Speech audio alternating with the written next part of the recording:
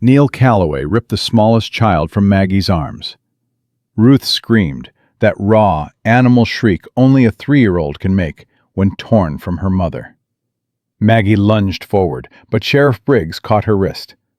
"Don't make this harder," he whispered.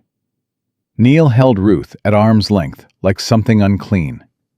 "5 brats and a body no man could stomach," he said to the crowd gathered outside the courthouse.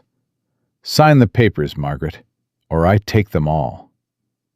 Maggie's knees hit the dirt, and somewhere out west, a cowboy who'd paid for a bride had no idea she came with 5 children and a war. If Maggie's fight to keep her family pulls you in, stay with us until the very end. Hit that subscribe button, leave a like, and comment what city you're watching from. I want to see how far this mother's story reaches across the world.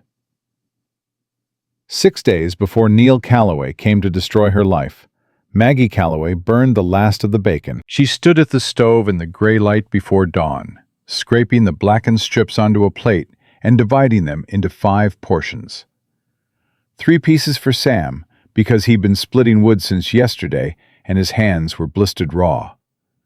2 for Clara, because she'd given her supper to Willie the night before and thought Maggie hadn't noticed. 2 for Tommy, because 8-year-old boys burn through food like wildfire. 1 for Willie, because he'd barely eat even that. And 1 for Ruth, crumbled small enough for her baby teeth. Nothing for Maggie. There wasn't enough, and there hadn't been enough for weeks, not since Neil Calloway had walked into Harmon's general store and told old Harmon that extending credit to Margaret Calloway was the same as throwing money in the river. "Ma," Sam appeared in the kitchen doorway, already dressed, already carrying the weight of a house that needed a man and had a 12-year-old instead. "Willie wet the bed again." "I'll handle it. Eat your breakfast." "I ain't hungry." "Samuel, eat." He sat down and ate because he knew the voice that left no room for arguing. Clara came next, her journal tucked under one arm, leading Willie by the hand. Willie was 5 and hadn't spoken a full sentence in 4 months. Not since the night he'd woken screaming from a dream about his father and Maggie had held him until dawn, feeling his small body shake like a rabbit caught in wire. Tommy thundered down the stairs with Ruth on his back, both of them laughing. "I'm a horse," Tommy announced. "Ruth's the sheriff, and she's chasing outlaws." "Put your sister down before you drop her." "I ain't never dropped her." "There's a first time for everything, Thomas." He set Ruth in her chair and grabbed his plate. "3 pieces? Sam got 3 pieces." "Sam's bigger." "Not by much. I'm growing. Feel my arm, Ma. Feel how strong." "Eat your bacon, Tommy." This was morning in the Calloway house, controlled chaos, held together by a woman who'd learned that if she stopped moving, stopped managing, stopped holding every thread, the whole thing would unravel. Maggie poured water into 5 cups because there was no milk and the coffee was gone. She wiped Ruth's face. She checked Clara's forehead for the fever that had come and gone all week. She pretended not to notice that Willie was feeding his bacon to the cat under the table. "Willie, baby, you need to eat." Willie looked at her with Frank's brown eyes, in a face that was all her own, round and soft and careful, and shook his head. "2 bites, just 2, for Mama." He took 2 bites. Maggie counted that as a victory, because victories had gotten very small. After breakfast, she stripped Willie's bed and hauled the sheets outside to the wash line. The October air bit through her dress, and she pulled the fabric tighter around herself. The dress had been let out 3 times. There was no more fabric left to give. Next winter, she'd need a new one, and new dresses cost money she didn't have because Neil Calloway had made sure of it. 2 years.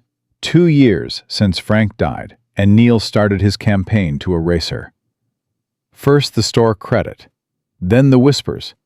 "Poor Margaret, all alone with those children, getting bigger every day, can't even feed them proper. Then the church ladies, who stopped inviting her to sewing circle.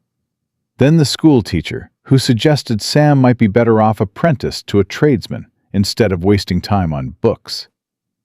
Each cut small enough to deny, deliberate enough to bleed. "Ma!" Sam's voice from inside the house, sharp with warning. "Rider's coming!" Maggie's hands went still on the clothesline.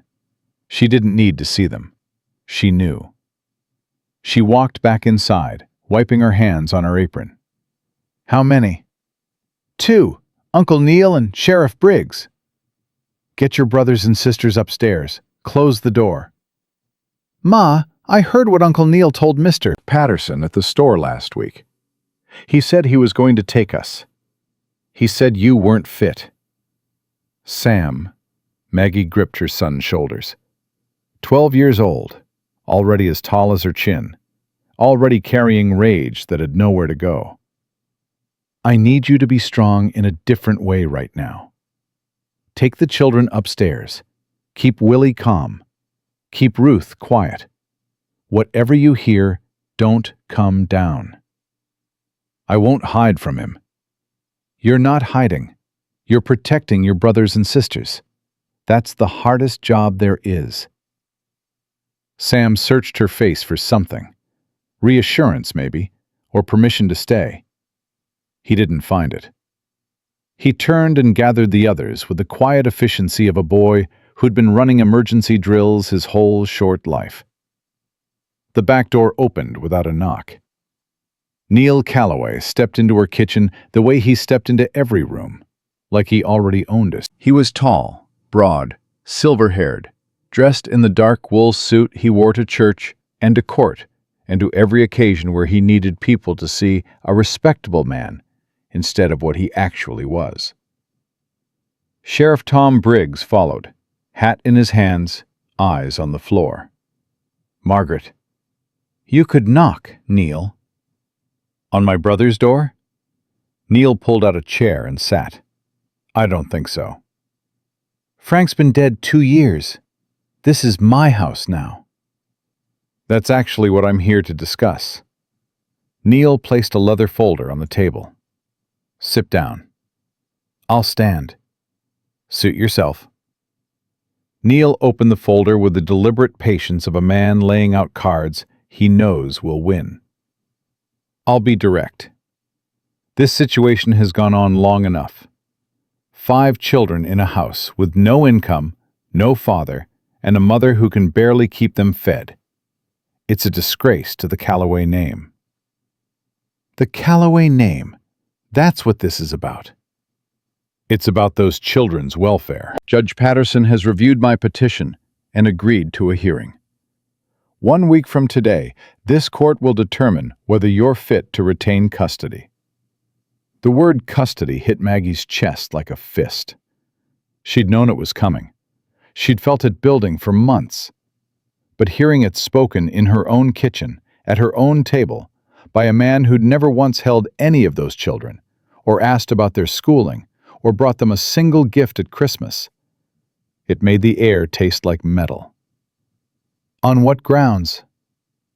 "Neglect, insufficient resources, failure to provide adequate nutrition, medical care, and education." Neil ticked them off on his fingers like items on a grocery list. "Tommy hasn't had new shoes in a year. Ruth was sick for 2 weeks last month, and you didn't call a doctor. Sam missed 3 weeks of school because you needed him to work.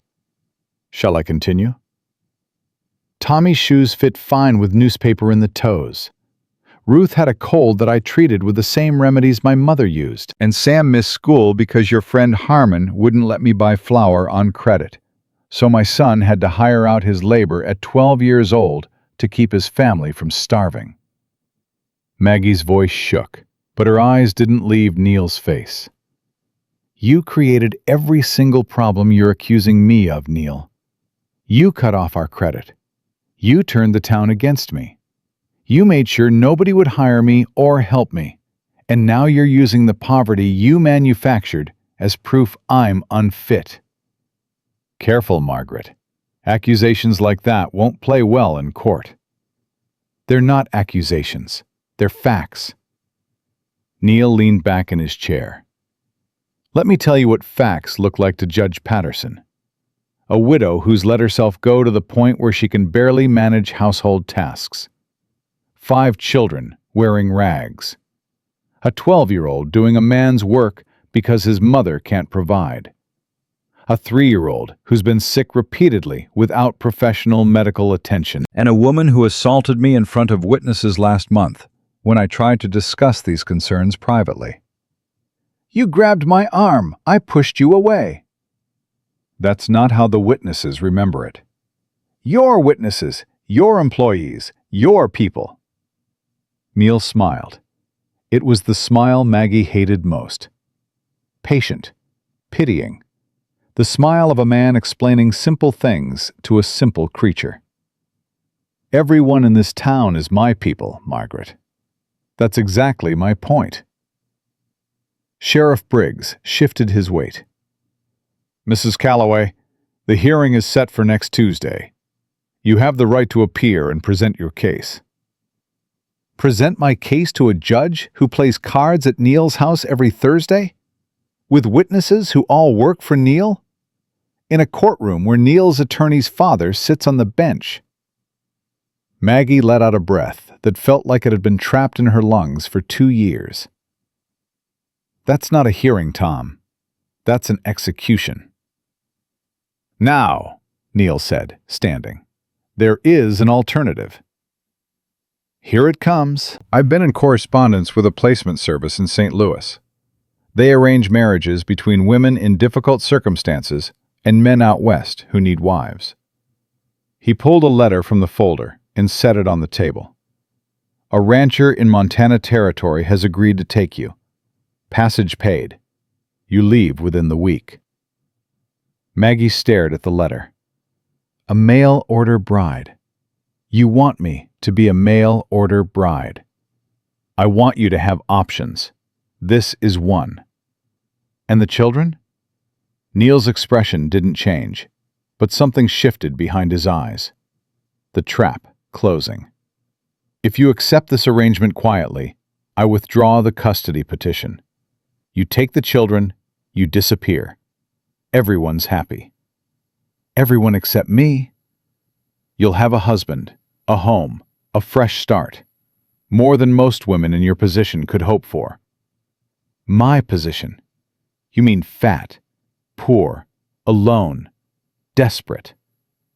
I mean realistic, Margaret. Look at yourself. Neil's voice dropped, and for the first time, the civilized mask slipped enough to show teeth. What man in his right mind would willingly choose you? You're 32 years old. You weigh more than most men in this town.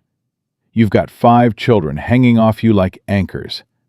The only way you're getting a husband is if someone arranges it for a man who's never laid eyes on you. And that's exactly what I've done. The words landed where they were aimed, in the soft places Maggie had spent years trying to armor. She felt them sink in, felt the old familiar burn of shame that started in her stomach and spread upward until her whole chest was hot with it. But she didn't look away. She'd learned something in 2 years of Neil Calloway's war. Shame only won if you let it make you small. And Maggie Calloway had never been small. What did you tell him about me? That you're a widow of good character, experienced in domestic work. What else? That's sufficient. You didn't tell him about the children. Details can be sorted out upon arrival. 5 children aren't a detail, Neil. 5 children are 5 human beings who didn't ask for any of this. Then give them a chance at something better. Neil buttoned his coat. 1 week, Margaret. Accept the arrangement and leave with your children, or fight me in court and lose them. Those are your options. There are no others. He walked to the door, stopped, turned back with that smile again. Oh, and I sent him a photograph. That portrait Frank had done of you before Thomas was born? You remember the one. You were what, 23, 24. His eyes traveled over her body. Quite a difference, wouldn't you say? The door closed behind him. Briggs lingered. Tom, Maggie's voice was barely audible. Is there anyone at all who might help me fight this? Briggs finally looked at her. She saw guilt and pity and cowardice all mixed together in a face she'd known since childhood. Margaret, I got my own family to think about. Neil Calloway owns the building my wife's shop is in. He holds the note on my house. If I cross him, get out. I'm sorry. You're not sorry. You're scared. There's a difference. Now get out of my house. He left. Maggie stood alone in the kitchen, her hands flat on the table where Neil had sat, and breathed. In and out. In and out. The way she'd breathed through 5 labors. The way she'd breathed through Frank's fists. The way she'd breathed through 2 years of slow suffocation. Footsteps on the stairs. Sam appeared in the doorway with Clara behind him. Both of them had been listening. Maggie could see it in their faces. We heard, Clara said quietly. Everything. Clara, is he really going to take us away from you, Mama? No. The word came out iron hard. Nobody is taking you away from me. Not Neil, not any judge, nobody. How? Sam asked. The same question he always asked. The question that had no good answer. How are you going to stop him? Maggie looked at her 2 oldest children. Sam, who'd become a man at 12 because his father drank himself mean, and his uncle wanted to tear apart what was left. Clara, who recorded the truth in a journal because she'd learned early that people lied and paper didn't. We're going to Montana, Maggie said. Sam blinked. What? Your uncle arranged a marriage for me with a rancher out west. If we go, he drops the custody petition. We stay together. You're going to marry a stranger? I'm going to keep this family together, whatever that takes. But Ma, he doesn't know about us. What happens when we get there and some rancher sees you show up with 5 kids? He'll throw us out. Maybe, maybe not. But maybe is better than what happens if we stay here. Your uncle's got the judge, the sheriff, the whole town. We can't win that fight, Sam. Not here. Sam's jaw worked. He looked so much like Frank in that moment that Maggie's heart clenched. But where Frank's stubbornness had turned to cruelty, Sam's had turned to something fiercer and better. The determination to protect what he loved. What if this rancher's like Pa? He asked. What if he drinks? What if he hits? Then we leave him too. We keep going until we find somewhere safe. But we go together. All of us. That's the only thing that matters. Clara had been quiet through this exchange. Now she spoke with a devastating clarity that made her seem 20 instead of 10. Mama, you should write to him first. Tell him the truth. So when we get there, at least one lie has been undone. Maggie looked at her daughter and felt something crack open in her chest. Pride so fierce it hurt. You're right, baby. You're absolutely right. That night, after Tommy and Willie and Ruth were asleep, after Sam had finally stopped pacing the hallway and gone to bed, Maggie sat at the kitchen table with a pen and paper and wrote to Josiah Beckett. She didn't send it. Neil would intercept anything going through the Briarfield post office. But she wrote it, and she tucked it into her Bible, and she made herself a promise. The first thing she would do when she stood before this stranger was hand him the truth. Dear Mr. Beckett, it read, you have been lied to about who I am. I am not the woman in the photograph. I am 32 years old, and I am fat. I use the word because others will use it about me, and I'd rather you hear it plain. I have 5 children, 3 boys and 2 girls, ages 3 to 12. Their father is dead, and I don't mourn him. My brother-in-law arranged this marriage to get rid of me and used my children as leverage. Every word he wrote about me was a lie, except one. I am a hard worker. I will understand if you refuse us. But I wanted you to know the truth before we meet, because you deserve that much, even if I can't give you anything else. Respectfully, Margaret Calloway. She folded the letter, closed the Bible, and started packing. 3 days later, on a morning so cold the pump handle had frozen, Maggie loaded her family onto the westbound stage. 2 carpet bags, 1 wooden trunk, 5 children, and a Bible with the truth folded inside it. Neil stood on the platform, playing the concerned brother-in-law for the crowd he'd assembled. Safe travels, Margaret. I pray you'll find the peace you've been searching for. Maggie turned to face him one last time. Her children were already in the stage. She could hear Ruth fussing and Tommy arguing with Sam about who got the window seat. She was close enough to Neil that only he could hear her. You think you've won, she said. You think sending me away means you beat me. But I'm taking 5 Calloways with me, Neil. 5 Calloways you'll never control, never break, never own. And every single day they grow up free. You lose a little more. Neil's smile faltered, just for a second. Just enough. Maggie climbed into the stage and didn't look back. The journey west took 23 days, and every single one of them tested Maggie in ways she didn't know she could be tested.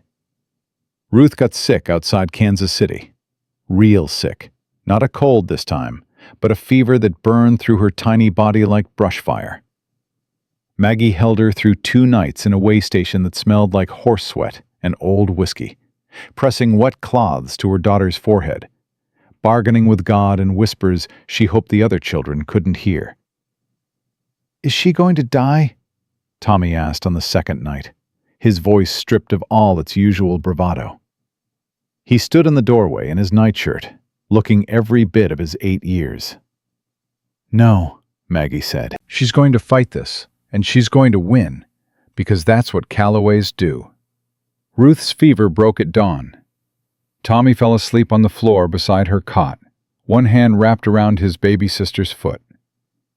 Willie stopped talking entirely somewhere in Nebraska. He'd been saying a few words a day. Yes, ma'am. No, ma'am. Night, mama.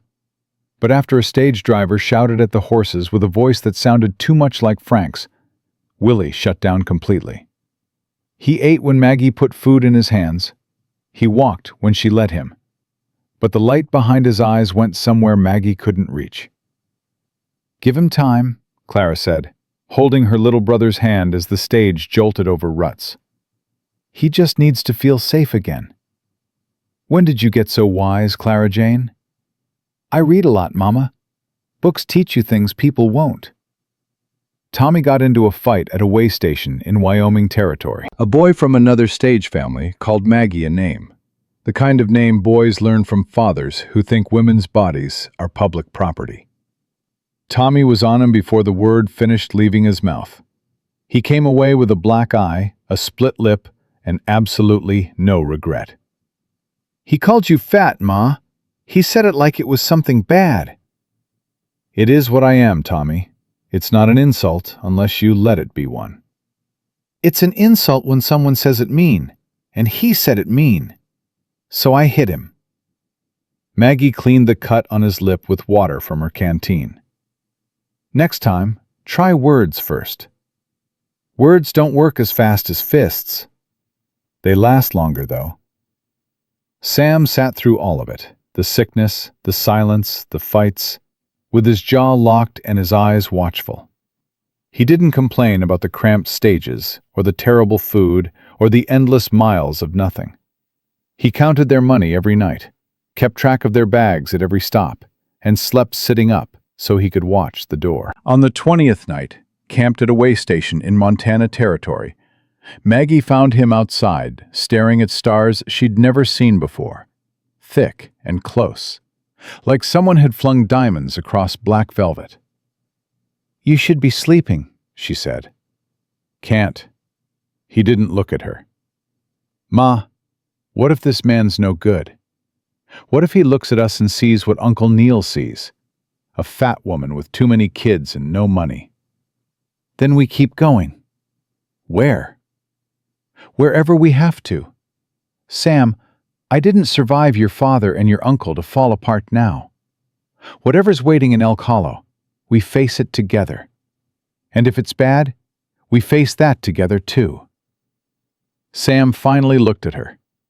In the starlight, his face was all shadows and sharp edges. And Maggie saw the man he'd become. Not Frank, never Frank, but something harder and better and entirely his own. I won't let anyone hurt this family again, he said. Not any rancher, not Uncle Neil. Nobody. I know you won't, baby. I ain't a baby, Ma. You'll always be my baby, Samuel James. Even when you're 40 and got gray hair and grandchildren. Deal with it. He almost smiled. Almost. On the 23rd day, the stage rolled into Elk Hollow, Montana territory. Maggie climbed out first. Her legs shook. Her back ached. Her dress was wrinkled beyond saving, and she could feel every mile of the journey in her bones. She turned and lifted Ruth down, then Willie, then helped Clara, while Tommy jumped to the ground and Sam swung down last. 6 Callaways, in the dirt of a town that didn't know they were coming. You folks look like you've been through it. A large woman in a flour-dusted apron stood on the porch of a building marked Crenshaw's Boarding House. She had arms built for kneading bread and carrying trouble, and eyes that missed nothing. We're looking for Josiah Beckett, Maggie said. He's expecting me. Not all of me, but me. The woman's eyes moved from Maggie to the 5 children pressed against her like a wall of small bodies. Lord Almighty, he don't know about them. No, ma'am. Honey, the woman came down from the porch. I'm Doc Crenshaw. I run this place, and you need to come inside before you fall over. I need to wait for Mr. Beckett. He's on his way. Got word the stage was due today. Now come inside, all of you. Those babies need food, and you need to sit down before your legs give out, which they're about to do in about 30 seconds.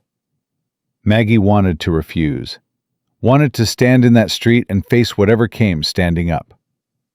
But Ruth was whimpering, and Willie was shaking, and her knees were buckling. And Doc Crenshaw was already hurting them inside with the force of a woman who didn't take no for an answer. The boarding house was warm. It smelled like bread and bacon and coffee and safety. Dot sat them at a long table and started putting food in front of children without asking questions. Biscuits, jam, milk, a plate of cold chicken that Tommy attacked like a wolf. Slow down, Thomas. Can't. Too hungry. This is the best food I ever ate. Ma'am, did you make this? This is real good. Dot smiled at him, the first genuine smile Maggie had seen directed at any of her children in months. I did, and there's more where that came from. Clara ate carefully, her journal open beside her plate, recording everything. Willie sat rigid, untouching. Ruth had fallen asleep against Maggie's shoulder, her breathing finally even and easy. What's wrong with that one? Dot asked quietly, nodding toward Willie. He's scared. He stopped talking 4 months ago. His daddy? Maggie nodded. Dot studied Willie for a long moment, then walked to the kitchen and came back with something. A biscuit shaped like a horse, clearly made by hand. She set it on the table in front of Willie without a word and went back to the stove. Willie stared at the horse biscuit. His fingers touched it. He picked it up and held it against his chest, cradling it like something precious. He didn't eat it, but he held it, and that was something. Josiah Beckett, Dot said, pouring Maggie coffee strong enough to dissolve nails. Decent man. Lost his wife 4 years ago, Anna. Died in childbirth. Baby didn't make it either. He blamed himself because he was out working the range when she went into labor early. Hasn't been right since. Has he been cruel since? Cruel? Number Josiah ain't got cruelty in him. Just sadness. Big, stubborn sadness that he carries around like a stone in his pocket. Dot sat down across from Maggie. But honey, I won't lie to you. He sent for a wife expecting one woman. You're bringing him 6 people. That's a lot to spring on a man who's been alone for 4 years. I know. He might say no. I know that too. What happens if he does? I don't know. But I didn't drag 5 children across 1,000 miles to give up now. Dot looked at her with an expression Maggie couldn't quite read. Respect, maybe. Or recognition. One tough woman seeing another. Good, Dot said. Hold on to that. Hoofbeats outside. A single horse, moving steady. Sam was on his feet instantly, his body between the door and his siblings. Sit down, son, Dot said. That's Josiah, and he ain't the kind of thing you need to stand up against. I'll decide that for myself. The door opened. He filled the frame the way tall men do, not with arrogance, but with simple physical fact. Lean and weathered, dark hair going gray at the temples, hands that looked like they'd been shaped by rope and reins and years of work that never ended. His face was all angles, carved by sun and wind into something that wasn't handsome exactly, but was arresting. Hard to look away from. His eyes, gray-blue, the color of winter sky, found Maggie first. She watched him see her, really see her. The full size of her body, the exhaustion on her face, the sleeping child on her shoulder, the threadbare dress that had been let out until there was nothing left to let. She watched the careful blankness settle over his features as he processed the distance between the photograph Neil had sent and the woman standing in front of him. Then his eyes moved past her, to Sam, coiled and hostile, to Clara, clutching her journal, to Tommy, frozen mid-chew, to Willie, pressing a horse-shaped biscuit against his chest. He counted them. She saw his lips move slightly as he did it. The silence lasted long enough for Maggie to feel every pound on her body, every year on her face, every mile between who she was and who Neil had promised. Mrs. Calloway. His voice was low, careful. Mr. Beckett. Maggie reached into the pocket of her apron, where she'd kept the Bible letter for 23 days. Her hand shook, but she pulled it out and held it toward him. Before you say anything, I need you to read this. He took the letter. His calloused fingers opened it slowly. Maggie watched his eyes move across her handwriting, and she watched his face as the truth landed, word by word, line by line. I am 32 years old, and I am fat. I have 5 children. Their father is dead, and I don't mourn him. Every word he wrote about me was a lie. Josiah read it twice. Then he folded the letter, put it in his shirt pocket, and looked at Maggie with those storm-gray eyes. Your brother-in-law, he said. He the one who arranged all this? Yes. He the one who wrote those letters, pretending to be you? Yes. And he used your children as leverage to force you into it? Yes. Josiah's jaw tightened. He looked at Sam. You the oldest? Yes, sir. And before you say anything, we don't need charity. We can work. Every one of us. We won't be... What's your name, son? Sam faltered. Sam. Samuel Calloway. Sam. Josiah nodded slowly. You been taking care of your mother and your brothers and sisters? Somebody had to. That's a heavy load for a boy your age. I ain't a boy. Josiah studied Sam for a long moment. Something passed between them. Recognition, maybe. One person who carried too much, seeing another. "No," Josiah said quietly. "I don't reckon you are." He turned back to Maggie. His expression was unreadable, but his voice was steady. "Mrs. Calloway, I'm going to be honest with you, because that seems to be in short supply where you come from. I paid your brother-in-law $250 for a wife.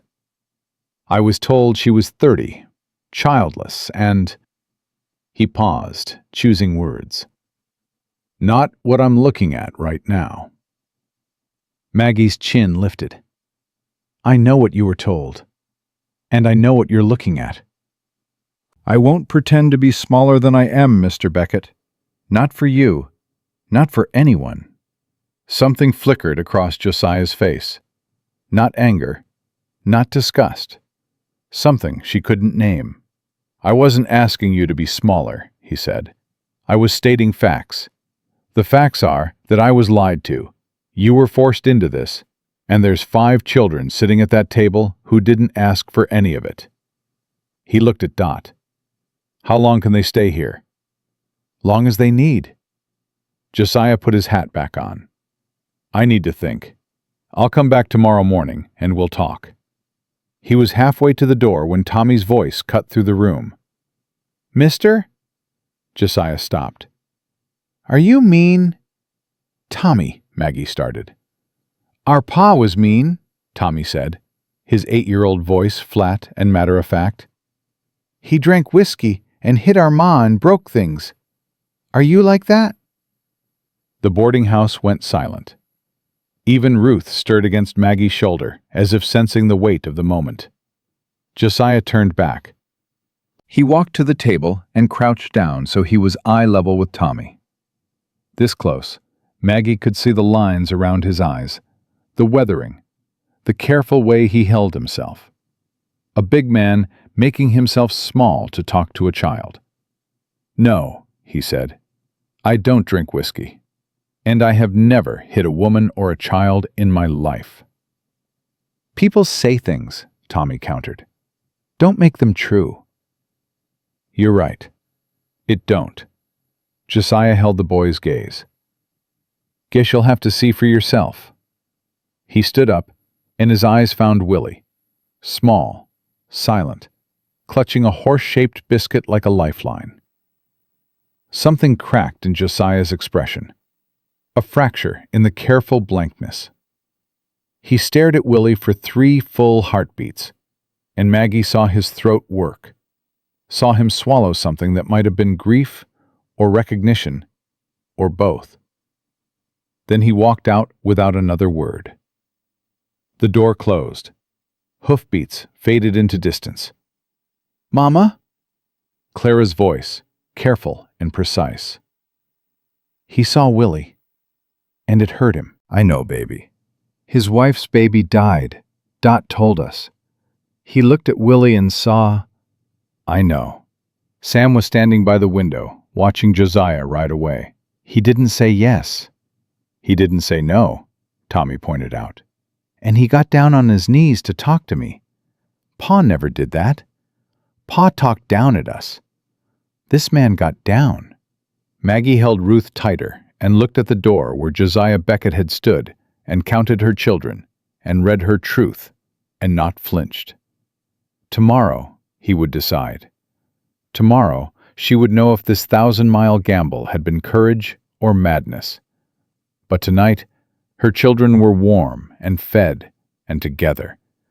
And in his shirt pocket, a cowboy she barely knew was carrying a letter that contained every honest thing about her, and he hadn't thrown it away. Maggie pressed her face against Ruth's hair and breathed. In and out. In and out. The way she'd always breathed through the impossible. Outside, the Montana wind carried the first scent of snow. Inside, 5 children settled into borrowed beds while their mother sat watch in the lamplight, doing what she'd always done, holding on, holding together, holding out for a morning that might finally bring something other than another fight to survive. Josiah Beckett came back at dawn. Maggie knew because she'd been awake all night, sitting in the chair by the window of the room Dot had given her, watching the road. Ruth slept in the bed behind her, curled against Clara. Willie was wedged between Sam and Tommy in the next room. All 5 of them breathing, all 5 of them safe, all 5 of them depending on a decision that belonged to a man they'd met for 10 minutes. She heard the horse before she saw it. Single rider, steady pace, not rushing. A man who'd made up his mind and wasn't in a hurry to deliver the verdict. Maggie stood, smoothed her dress, the same dress, the only clean one left, and went downstairs. Dot was already in the kitchen. Of course she was. Maggie was learning that Dot Crenshaw existed in a state of perpetual readiness, as if the world might need biscuits at any moment, and she intended to be prepared. "He's coming," Maggie said. "I know. Saw him from the kitchen window." Dot poured coffee without being asked. "You eat anything last night?" "I'm fine." "That ain't what I asked." "I couldn't." Dot set the coffee in front of her. "Drink that. Whatever he says, you'll face it better with something in your stomach." The front door opened. Josiah stepped in, hat in hand, smelling of cold air and horse and something else. Soap, maybe. He'd cleaned up, shaved, put on a shirt that didn't have a week's worth of ranch dust on it. The small effort of it made Maggie's chest ache. "Mr. Beckett." "Mrs. Calloway?" He sat down across from her at the long table. Dot poured him coffee without asking, and disappeared into the kitchen with the particular loudness of a woman making sure everyone knew she wasn't eavesdropping. Josiah wrapped his hands around the cup. Big hands, scarred knuckles. A man who worked with his body every day and had the damage to prove it. "I read your letter 4 times last night," he said. "And?" "And you write honest. That counts for something." "Honest doesn't feed 5 children, Mr. Beckett. What's your answer?" He looked at her, and Maggie forced herself to hold his gaze. She would not beg. She would not cry. She would sit in this chair and take whatever came next the same way she'd taken everything else. Straight on. "I got questions first," Josiah said. "Ask." "Your husband, the one who hit you, how bad?" "Bad enough. Not as bad as some. He broke my wrist once, cracked 2 ribs another time. Mostly he used words. Words and whiskey in the back of his hand when the words weren't enough." "The boy, Willie, he saw it?" "They all saw it. But Frank threw a chair at me one night. Missed me. Hit the wall right next to Willie's head. He was 3. He hasn't been the same since." Josiah's knuckles went white around the coffee cup. "And your brother-in-law, he knew about the hitting?" "Everyone in Briarfield knew. Nobody did anything. Frank Calloway was Neil's brother, and Neil Calloway owns that town the way a man owns a pair of boots. You don't question what belongs to him." "But Frank's dead now." 2 years. Fell off his horse drunk. Broke his neck." Maggie's voice was flat. "I didn't mourn him. I won't pretend I did." "I'm not asking you to pretend anything." Josiah was quiet for a moment. 5 children. That's a lot of mouths." "It is." "My ranch isn't big. House has 2 bedrooms. Nearest neighbor is 5 miles. Town's 2 hours in good weather. Winter out here goes from October to April, and it'll kill you if you're not ready for it." "I've survived worse than weather." "I believe that." Josiah set down his cup. "Here's where I'm at, Mrs. Calloway. I sent for a wife because I can't run that ranch alone anymore. 4 years of trying has about broken me. I need help. Real help. Not a decoration. not a delicate woman who'll wilt the first time the temperature drops below zero. I need someone who can work. I can work. I've been working since I was old enough to hold a broom. I don't doubt it. But I also need to be straight with you about something. He met her eyes. I didn't sign up for children. I don't know anything about children. The closest I came was... He stopped. His jaw worked. Anna and I were expecting. She died before the baby came. Both of them. So I've got no experience with kids, no idea how to talk to them, and frankly, the thought of being responsible for 5 of them scares me more than anything has in years. You don't have to be their father. Then what am I? A roof over their heads. A safe place. That's all I'm asking. That ain't all you're asking, and we both know it. Josiah leaned forward. Those kids will be living in my house, eating my food, growing up on my land. That's not just a roof. That's a life. And if I say yes to this, I need to know what that life looks like. What do you want it to look like? Honest. I want it to look honest. No lies, no pretending, no saying things are fine when they're not. Your brother-in-law built this whole mess on lies. If we're going to dig out from under it, we start with truth, and we don't stop. Agreed. And I need you to understand something about me. Josiah's voice dropped. I'm not a talker.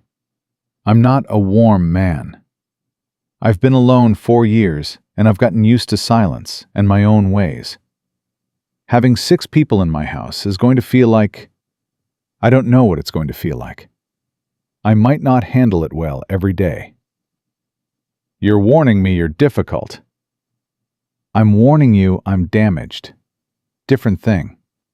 Maggie looked at this man, this careful, honest, frightened man who was sitting across from her, trying to explain his shortcomings before she committed to living with them. Frank had never done that. Frank had been charm and smiles until the ring was on her finger, and then he'd shown her who he really was, one bruise at a time. Mr. Beckett, I've lived with a man who hit me and told me I deserved it. I've lived with a brother-in-law who smiled while he destroyed my life. I've lived in a town that watched it all happen and looked the other way. She put her hands flat on the table. Difficult I can handle. Damaged I understand. What I can't handle is cruelty. If you've got that in you, tell me now and we'll part ways. I don't. The words came out raw. I've got sadness and stubbornness and more silence than is probably healthy. But I don't have cruelty. Never have, never will. Then yes. Josiah blinked. Yes, what? Yes, I'll come to your ranch. Yes, we'll try to make this work. Yes, my 5 children and I will invade your quiet life and make a mess of your solitude, and probably drive you half crazy before the first week is out. That's a hell of a sales pitch. I told you, honest. For the first time, the very first time since she'd met him, Josiah Beckett's face cracked into something that was almost, very nearly, a smile. It was gone in a second, but Maggie saw it, and it changed something in the air between them. All right, then. He stood. I'll bring the wagon around. We should get moving before the weather turns. There's a storm coming in from the west. Mr. Beckett. He stopped at the door. Thank you. Don't thank me yet. You haven't seen the house. He put his hat on and walked out, and Maggie sat in the quiet of the boarding house and pressed both hands against her chest to keep her heart from coming apart. Dot appeared from the kitchen so fast she'd clearly been standing right behind the door. Well? He said yes. Course he did. I could have told you that last night. Then why didn't you? Because you needed to hear it from him. Some things can't be second-hand. Dot put a basket on the table, packed with bread and jam and cold chicken, and a jar of something that sloshed. For the road. That man hasn't had a proper meal in his house in 4 years. Lord knows what you'll find in his pantry." "Dot," Maggie's voice cracked. "Why are you helping us? You don't know me." "I know enough.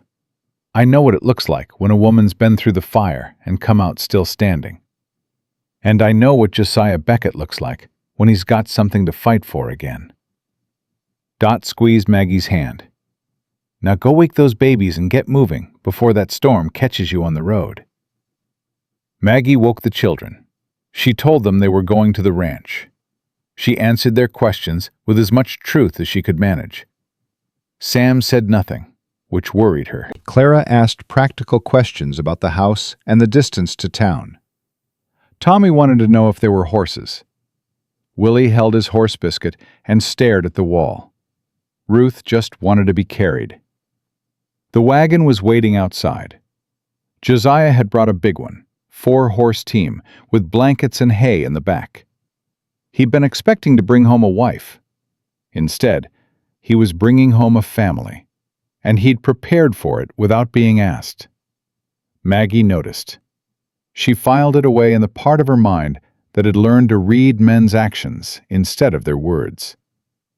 Actions didn't lie the way mouths did. He helped the children up one by one. Clara first, then Tommy, then Willie, who flinched when Josiah's hands came near him, and scrambled up on his own. Josiah pulled his hands back immediately. No hurt on his face, just understanding. Sam climbed up without help, making a point of it. Maggie handed Ruth up to Clara, then turned to face the wagon seat. It was high. Higher than she'd expected. She reached for the handhold and felt her weight work against her, her arms trembling with the effort.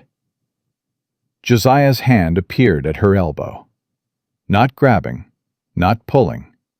Just there, steady and solid, offering support without forcing it. She took it. She climbed up. He let go the moment she was settled.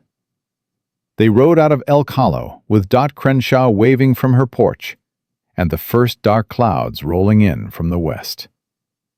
The road to the ranch was 2 hours of ruts and rocks and silence so thick Maggie could hear every one of her children breathing in the wagon bed behind her. Ruth fell asleep in Clara's lap. Tommy hung over the side, watching the landscape go by with the hungry eyes of a boy seeing open country for the first time. Willie sat pressed against Sam, the horse biscuit still in his hand. Maggie sat beside Josiah on the wagon seat and searched for words. Any words. But the man beside her drove with the focused quiet of someone who'd forgotten that conversation was a thing people did. She tried anyway. "The children will need school." "There's a schoolhouse in Elk Hollow. Miss Adler teaches. She's good." "And a doctor? For Willie?" "Doc Hartley. Comes through once a month. If it's urgent, there's a doctor in Helena, but that's a day's ride." "The house. You said 2 bedrooms. "We can build more. I'll start before winter sets in proper. For now, the children can have the big room. You and I can—" He stopped. His neck flushed red above his collar. "I can sleep in the main room," Maggie said quickly. "On a pallet by the fire. It's fine." "No. You'll take the smaller bedroom. I'll sleep in the barn." "Mr. Beckett, I'm not putting you out of your own house." "You're not putting me anywhere. I'm choosing. There's a difference." He flicked the reins. "Barn's warm enough. I've slept there plenty of nights during calving season." "This isn't calving season." "Mrs. Calloway, you got 5 children who just traveled 1,000 miles to a place they've never been to live with a man they don't know. The last thing they need is that man sleeping in the next room. Give them space. Give them time. I can handle a barn." The logic of it, the careful consideration behind it, silenced her. Frank would have claimed the bedroom and dared anyone to argue. Neil would have arranged things to maximize his own comfort. Josiah Beckett was giving up his bed so 5 frightened children could feel safe. "You keep surprising me," she said quietly. "How's that?" "Every time I expect you to act like the men I've known, you don't." Josiah was quiet for a long moment. "Maybe you've just known the wrong men." "Maybe I have." They rode on. The clouds thickened overhead, and the wind picked up, carrying the smell of snow. Behind them in the wagon bed, Tommy was pestering Sam with questions about Montana wildlife. Clara was writing in her journal. Willie hadn't moved. "Mr. Beckett." "Josiah. If we're going to do this, we might as well use first names." "Josiah. Willie. My youngest boy. He doesn't talk, hasn't in months. He's scared of men. Loud voices, sudden movements. He might scream if you come at him too fast. He might hide under furniture. He might—" "I'll be careful with him." Josiah's voice was low and certain. "I'll be careful with all of them. But that one, I saw him yesterday. Holding that biscuit Dot gave him like it was the most precious thing in the world. A child shouldn't look like that." "No, he shouldn't." "Your husband did that to him." "Yes." "And nobody helped?" "No." Josiah's hands tightened on the reins. "Things are going to be different here. I can't promise I'll get everything right, but I can promise those children will be safe under my roof. Every single one of them." Maggie pressed her lips together hard to keep from crying. She would not cry in front of this man. She would not cry in front of her children. She'd used up her tears years ago on a man who didn't deserve them, and she'd be damned if she wasted any now on kindness. The ranch came into view as they rounded a hill. Maggie heard Tommy gasp behind her. "Holy smoke! That's ours?" "That's Mr. Beckett's," Sam corrected sharply. "It's home," Josiah said. "For all of you, long as you want it." The wagon rolled to a stop. Tommy was over the side before the wheels stopped turning, running toward the barn like he'd been shot from a cannon. "Are those horses? Ma, there's horses! Real ones! Can I touch them?" "Tommy, get back here!" "Let him go," Josiah said. "That's Duke and Pepper. They're gentle. Won't hurt him." Clara climbed down carefully, Ruth on her hip, her eyes sweeping over the property with the assessing gaze of a girl who was already cataloging what needed doing. "The house needs work." "Clara Jane, don't be rude." "She's right," Josiah said. "The house needs a lot of work. That's part of why you're here." Sam jumped down last, lifting Willie with him. He set his brother on the ground and stood with his arms crossed, surveying the ranch the way a general surveys a battlefield. "It's isolated," Sam said. 5 miles to the nearest neighbor. 2 hours to town. What happens if trouble comes and we're out here alone?" Josiah looked at the boy. "What kind of trouble are you expecting?" "The kind that rode a horse in Briarfield. The kind that wears a suit and smiles while he's ruining your life." "Your uncle." "He said he'd let us go. But Sam doesn't trust him," Clara said. "Neither do I." "Neither do I," Josiah said. "Which is why I'm going to tell you something, and I want you to remember it. This is Montana territory. The law out here is Sheriff Tucker in Elk Hollow, and Tucker doesn't answer to any man in Missouri. Whatever power your uncle had back there, it doesn't reach here." "Power always reaches," Sam said.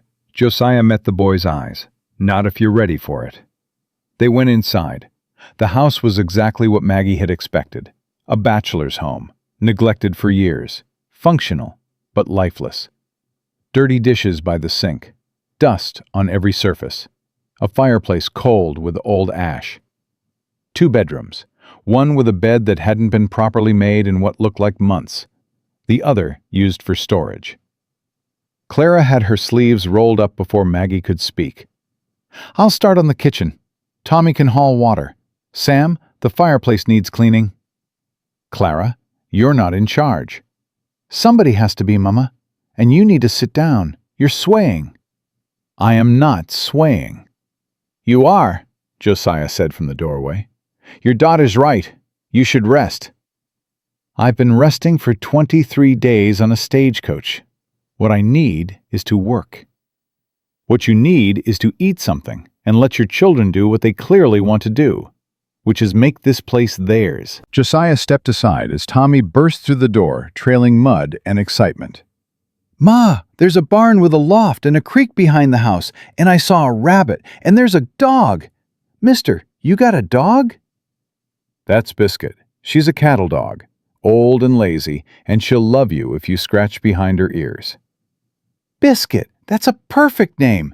Can she sleep with me? Can she? Willie, there's a dog, a real dog. Come see. Willie hadn't moved from the spot where Sam had set him down, just inside the front door.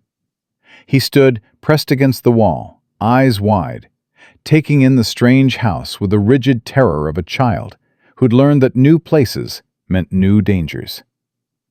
Tommy grabbed his brother's hand. Come on, Willie, the dog's real nice. She's old and fat like... He caught himself, glancing at Maggie. Like what, Thomas? Like a good dog. A real good, comfortable dog. Tommy pulled Willie toward the door, and to Maggie's surprise, Willie went. Not willingly, but without the screaming resistance she'd braced for. Josiah watched them go. His face did that thing again, the crack in the blankness, the fracture that showed something raw beneath. He reminds me, Josiah started, then stopped. Of who? Nobody. Doesn't matter. He turned away. I'll start moving things out of the storage room so the children can have it. Bigger bedroom's got a bed. Might need to bring in pallets from the barn for the rest. He left before Maggie could press further. She watched him go and filed away another piece of information. Josiah Beckett had started to say something about Willie and couldn't finish. Whatever he'd lost when Anna died, whatever that baby would have been, Willie was touching that wound without knowing it. By evening, the house had been transformed. Not completely. 4 years of neglect didn't yield to a single afternoon, but enough that it felt less like a bachelor's tomb and more like a place where people lived. Clara had scrubbed the kitchen until the counters showed their original color. Sam had cleaned the fireplace and built a fire that warmed the whole main room. Tommy had hauled water from the creek until his arms shook, proud and exhausted. Even Willie had contributed, silently arranging kindling by the hearth in a neat row that nobody had asked for. Maggie cooked supper from Dot's basket and the slim pickings in Josiah's pantry. Biscuits, gravy, the last of the cold chicken, and coffee. She set the table for 7, and when Josiah came in from the barn, he stopped in the doorway and stared at the table. Something wrong? Maggie asked. No, he swallowed. Haven't seen this table set for more than 1 in 4 years. Sit down. Food's getting cold. He sat. The children arranged themselves around him with the careful geometry of people mapping a new territory. Sam directly across, watching. Clara beside Maggie, observing. Tommy next to Josiah, already talking. I fed the horses, both of them. Duke likes his ears rubbed, but Pepper'll bite if you come at her wrong. Biscuit followed me everywhere. She's sleeping under the porch now. And I saw tracks by the creek. Big ones. Bear, maybe? Elk, Josiah said. They come down from the hills this time of year. You ever shot an elk? Many times. Can you teach me to shoot? Tommy, Maggie started, if your mother says it's all right, and not until spring. Winter's no time for a boy to be learning firearms. I ain't a boy. I'm 8. 8's a boy. 12's a boy. Josiah glanced at Sam. Even 12's still young for what 12's been carrying. Sam's fork stopped halfway to his mouth. I carry what needs carrying. I know you do. That's exactly my point. The words hung over the table. Maggie watched something pass between Josiah and Sam. Not warmth, not yet, but the beginning of recognition. Two people who understood the weight of responsibility and the loneliness of carrying it alone. Ruth broke the tension by throwing a biscuit at Josiah. It hit him square in the chest and crumbled down his shirt front. Maggie froze. "Ruth Ellen Calloway, you do not throw food at—" Josiah picked up a piece of the biscuit, looked at it, looked at Ruth, and ate it. "Good arm," he said. Ruth shrieked with laughter. Tommy howled. Even Clara smiled. And deep in the farthest corner of the table, pressed against his chair like he was trying to disappear into it, Willie made a sound. Not a word. Not a laugh. Just a small exhale that might have been the ghost of amusement.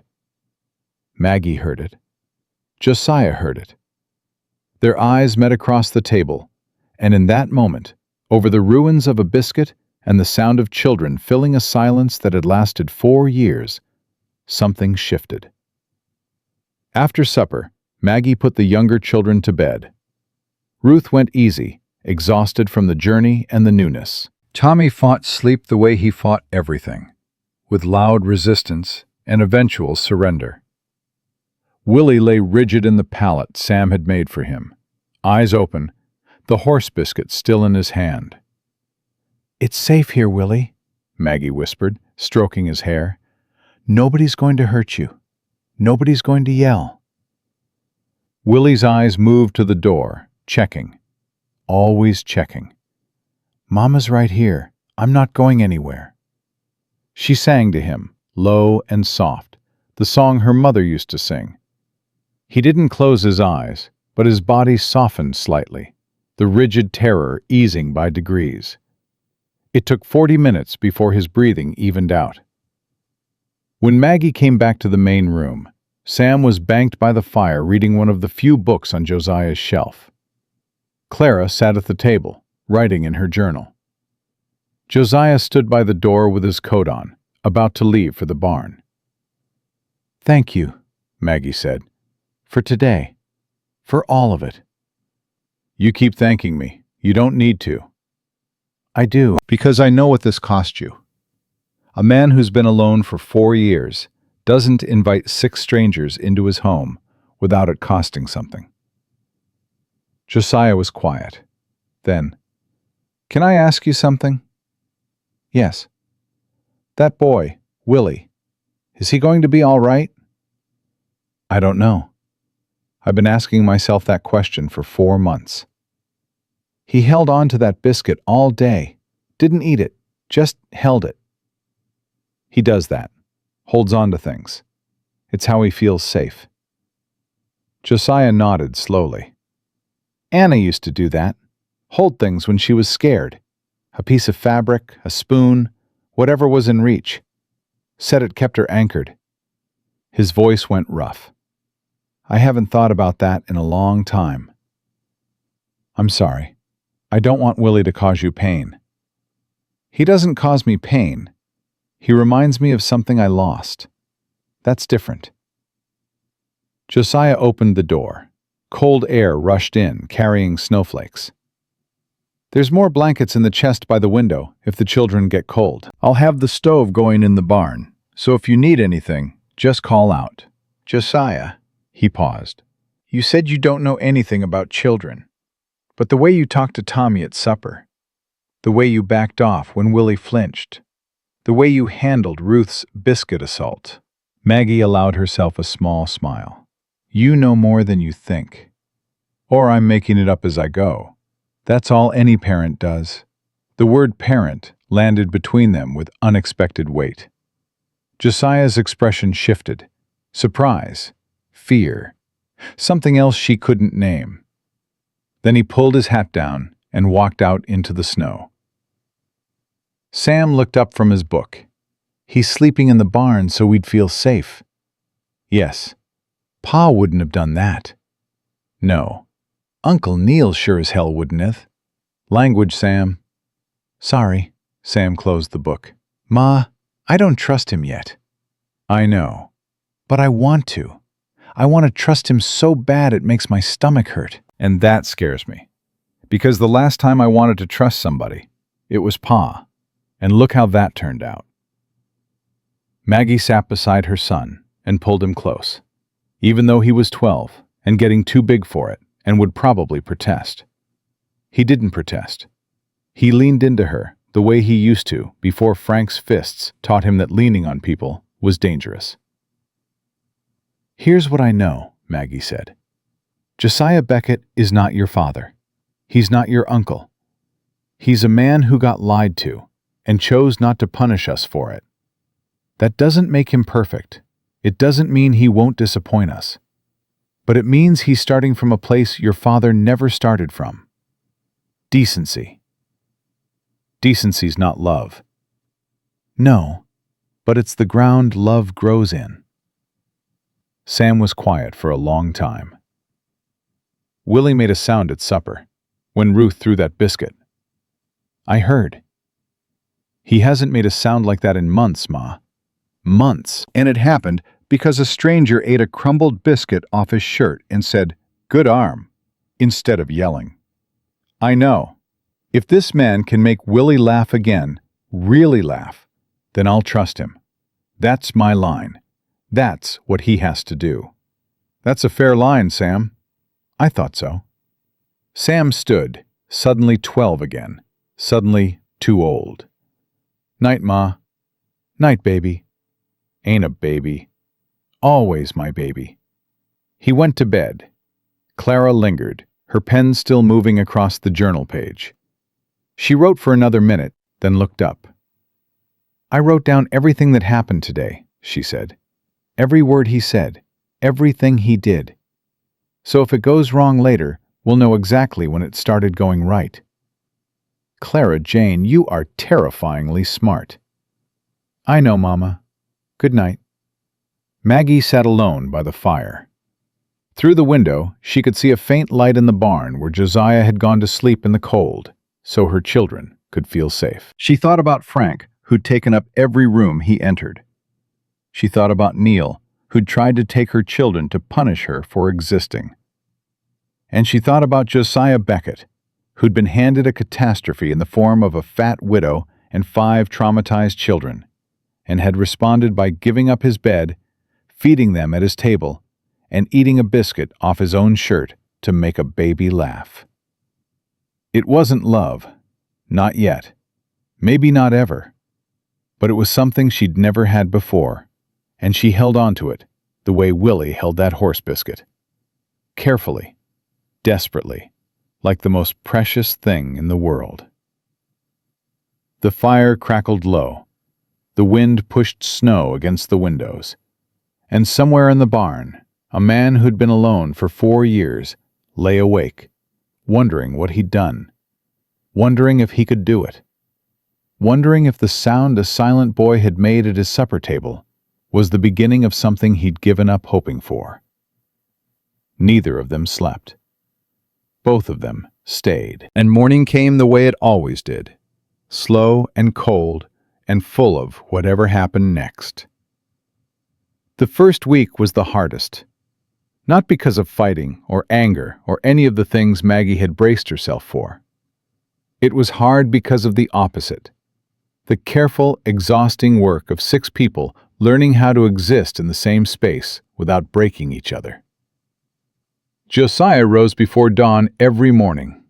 Maggie knew because she heard the barn door, heard the crunch of his boots on the frozen ground, heard him talking to the horses in a low voice that carried across the quiet. By the time she had the fire going and coffee made, he'd already fed the animals, chopped wood, and stacked it by the door. He came inside smelling of hay and cold, sat at the table, ate whatever she put in front of him, said thank you, and went back outside. For 3 days, that was the sum of their interaction. On the 4th morning, Maggie set his plate down harder than necessary. "You planning to spend the rest of the winter hiding in that barn?" Josiah looked up from his biscuit. "I'm not hiding. I'm working." "You're working at 4 in the morning and not coming inside until dark. That's hiding. Mrs. Calloway, Maggie, we agreed on first names. Maggie, I told you I wasn't good at this. You told me you'd try. I am trying. Trying looks different for different people. Trying doesn't look like avoiding 5 children who eat your food and sleep under your roof and have seen you exactly twice in 4 days. The truth of it landed. She watched him absorb it, watched the stubbornness in his jaw fight with the honesty she'd already learned was his foundation. I don't know what to say to them, Josiah said finally. Tommy asks me 100 questions a day, and I answer them. But the others? Sam looks at me like he's waiting for me to prove him right about men. Clara writes everything I do in that journal, like she's building a court case. Willie won't come within 10 feet of me, and Ruth threw a biscuit at you, and you handled it perfectly. Ruth is 3. 3-year-olds are easy. It's the rest of them that terrify me. Then start with 1. Which one? Tommy. He's already halfway to worshiping you. Take him to the barn. Show him the horses. Give him something to do with his hands. And the others? The others will come when they're ready. You can't rush trust, Josiah. You can only earn it. He took Tommy to the barn that afternoon. They were gone 3 hours. When Tommy came back, he was covered in mud and manure and grinning so wide Maggie could see his back teeth. "Ma, I brushed Duke, the whole horse, and Josiah showed me how to check hooves for stones, and I carried 2 buckets of water all by myself. And Biscuit followed me the whole time, and Josiah said I'm a natural." "I said he's got potential," Josiah corrected from the doorway. But his voice was different, lighter. "That's practically the same thing." Tommy grabbed a biscuit from the counter and ran outside, Biscuit at his heels. Clara watched from the table, her pen paused over her journal. She looked at Josiah for a long moment, then wrote something and went back to her work. "What'd she write?" Josiah murmured to Maggie. "Don't ask. You don't want to know what Clara writes about people until she's decided she likes them. And if she decides she doesn't like me, then God help you, because that girl has a memory like a steel trap, and she holds grudges like a religion." The second week was better. Josiah started coming inside for meals. All of them, not just supper. He answered Tommy's endless questions with the patient brevity of a man learning that silence wasn't always the answer. He asked Clara what she was reading, and listened to her explanation of a book about botanical illustration she'd found on his shelf. He told Sam he could use the rifle if Sam could prove he knew how to handle it safely, which sent Sam into a 3-day campaign of demonstrating responsibility that was so earnest it bordered on comedic. Willie remained untouchable. He stayed close to Maggie or Sam, pressed against walls, flinching at sounds. Josiah gave him space, wide, deliberate space, and never once pushed. On the 10th day, Josiah came inside carrying a block of wood and a knife. He sat by the fire after supper and started whittling. He didn't explain what he was making. He didn't talk. He just carved, slow and steady, while the family moved around him. Tommy asked what he was making. "Don't know yet.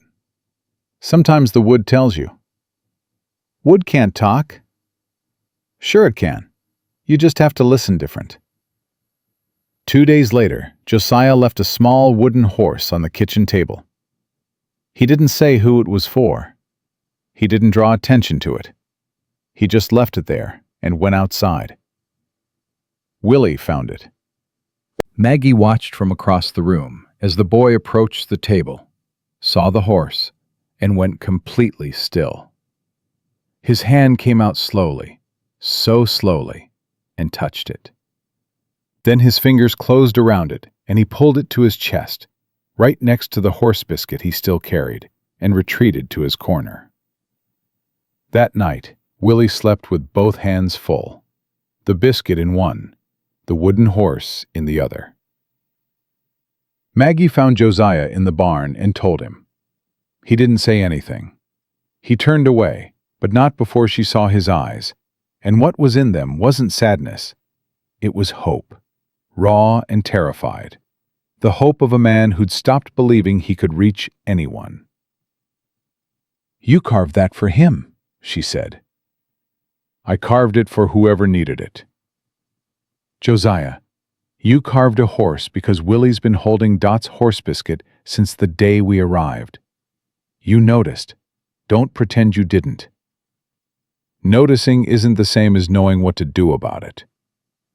Sometimes noticing is the thing to do. They stood in the barn, 4 feet apart, surrounded by the smell of horses and hay, and Maggie felt something she hadn't felt in so long she almost didn't recognize it.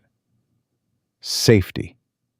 Not the desperate conditional safety of avoiding a drunk man's fists. Real safety. The kind that came from standing next to someone who noticed a silent boy's only comfort and spent 2 days making him another one. 3 weeks in, they needed supplies. The pantry was bare, the children needed winter clothes, and Maggie had been stretching meals so thin even Tommy noticed. "I'll go to town," Josiah said. "We all need to go. The children need to be measured for boots and coats." "Maggie," he hesitated, "people in Elk Hollow know I sent for a bride. They don't know about all of this. The children. There'll be talk." "There's always talk. I've survived worse than gossip." "I know you have. I just want you to be ready." Elk Hollow was bigger than Maggie expected, but smaller than her fear had made it. A main street, a general store, a church, the schoolhouse, a saloon, a blacksmith, and Dot's boarding house at the end. People stared. Of course they stared. A known recluse driving into town with a heavy woman and 5 children crammed into his wagon was the most interesting thing to happen in Elk Hollow since the creek flooded last spring. Josiah pulled the wagon up to Haskell's general store and helped the children down. Tommy was inside before anyone could stop him. Sam positioned himself next to Maggie like a bodyguard. Clara held Ruth on her hip and observed everything. Willie pressed against Maggie's skirt and disappeared into her shadow. Inside the store, a woman with sharp eyes and a sharper chin looked up from behind the counter. "Well, Josiah Beckett. Haven't seen you in town since August." "Mrs. Haskell, I need supplies, and the children need winter gear." Mrs. Haskell's eyes traveled over Maggie and the children with the slow, thorough assessment of a woman cataloging every detail for later redistribution. "Children? My. How many?" "5, Maggie said. "And they all need boots. 5 children. Josiah, you didn't mention children in your advertisement." "He didn't know," Maggie said, before Josiah could answer. "I came with surprises." "I'll bet you did." Mrs. Haskell's eyes lingered on Maggie's waist, her hips, the way her dress strained at the seams. The judgment was silent, but loud. "The boots, Mrs. Haskell," Josiah said, and his voice had an edge Maggie hadn't heard before. Not anger, authority. The voice of a man who didn't come to town often, but expected to be treated right when he did. They got the boots. They got coats, flour, sugar, salt, coffee, and enough provisions to last a month. Josiah paid for everything without flinching, though Maggie saw him count the money twice and knew it hurt. Outside, loading the wagon, a man approached. Tall, sun-weathered, maybe 50, with a mustache that had its own ambitions. "Beckett, heard you got married." "Word travels fast, Harlan." "This her?" Harlan looked at Maggie the way men had been looking at her since she was 14. The quick sweep that started at her face, dropped to her body, and ended with a conclusion. "She's, sturdy." "She's standing right here," Maggie said, "and she can hear you." Harlan blinked, like a horse that had been swatted unexpectedly. "Didn't mean nothing by it, ma'am." "People never do." Maggie lifted a sack of flour into the wagon with more force than necessary. Josiah stepped between Harlan and the wagon. "Anything else you need, Harlan?" "Just being friendly." "Be friendly somewhere else." Harlan left. Maggie's hands were shaking, but not from the cold. She gripped the side of the wagon and breathed through the anger that lived in her chest like a coal that never quite went out. "You didn't have to do that," she said. "Yes, I did." "I can fight my own battles." "I know you can, but you shouldn't have to fight them in a town where you just arrived, not alone." She looked at him. He looked back. Something passed between them that wasn't gratitude, and wasn't attraction, and wasn't anything she had a name for yet. "Let's go home," she said. It was the first time she'd called the ranch home. They both noticed. Neither mentioned it. The letter arrived 6 weeks after they'd settled in. Josiah brought it from town, tucked inside a supply order. He handed it to Maggie without comment, but his face was tight, and she knew he'd seen the return address. Briarfield, Missouri. Cornelius J. Calloway. Maggie opened it at the kitchen table while the children were outside. Her hands were steady. She'd been expecting this. A man like Neil didn't let go. He just chose his moment. She read it once. Then again. Then she set it down and pressed her palms flat on the table. "What does it say?" Josiah asked from the doorway. "He's filed a petition with the Briarfield County Court for custody of all 5 children. Claims I abandoned them by leaving the state. Claims I'm unfit. No income, no stable home. Living in sin with a man I'm not legally married to." Maggie's voice was even, controlled. The voice of a woman who had trained herself to think clearly when everything was falling apart. "He's got a lawyer. He's got Judge Patterson, who's been in his pocket for 20 years. And he's demanding I return the children to Missouri within 60 days or face criminal charges for parental abandonment." "Can he do that?" "In Briarfield, he can do anything." "This isn't Briarfield." "The petition is filed in Briarfield. If they issue a judgment and I don't comply, he can send a federal marshal." "To Montana Territory for a custody dispute." "Josiah, Neil Calloway has money. Money buys law. He'll frame this as a kidnapping if he has to. A woman who fled across state lines with 5 minor children." Josiah sat down across from her. "What do you need?" "A lawyer for one, and a legal marriage. If we're married, I have a home. I have a husband with an income, and his claim that I'm living in sin falls apart." The word marriage sat between them like a live thing. They'd been orbiting around it for 6 weeks, sharing a house, sharing meals, building something that looked like a family from the outside, but was held together on the inside by nothing more than goodwill and a handshake. "You want to get married," Josiah said slowly. "To protect the children." "Yes." "Not for any other reason." "What other reason would there be?" He held her gaze. "I'm asking you." Maggie felt her face heat. "Josiah, I'm not... I know what I am. I know what I looked like. I'm not foolish enough to think..." "Stop." "Stop what?"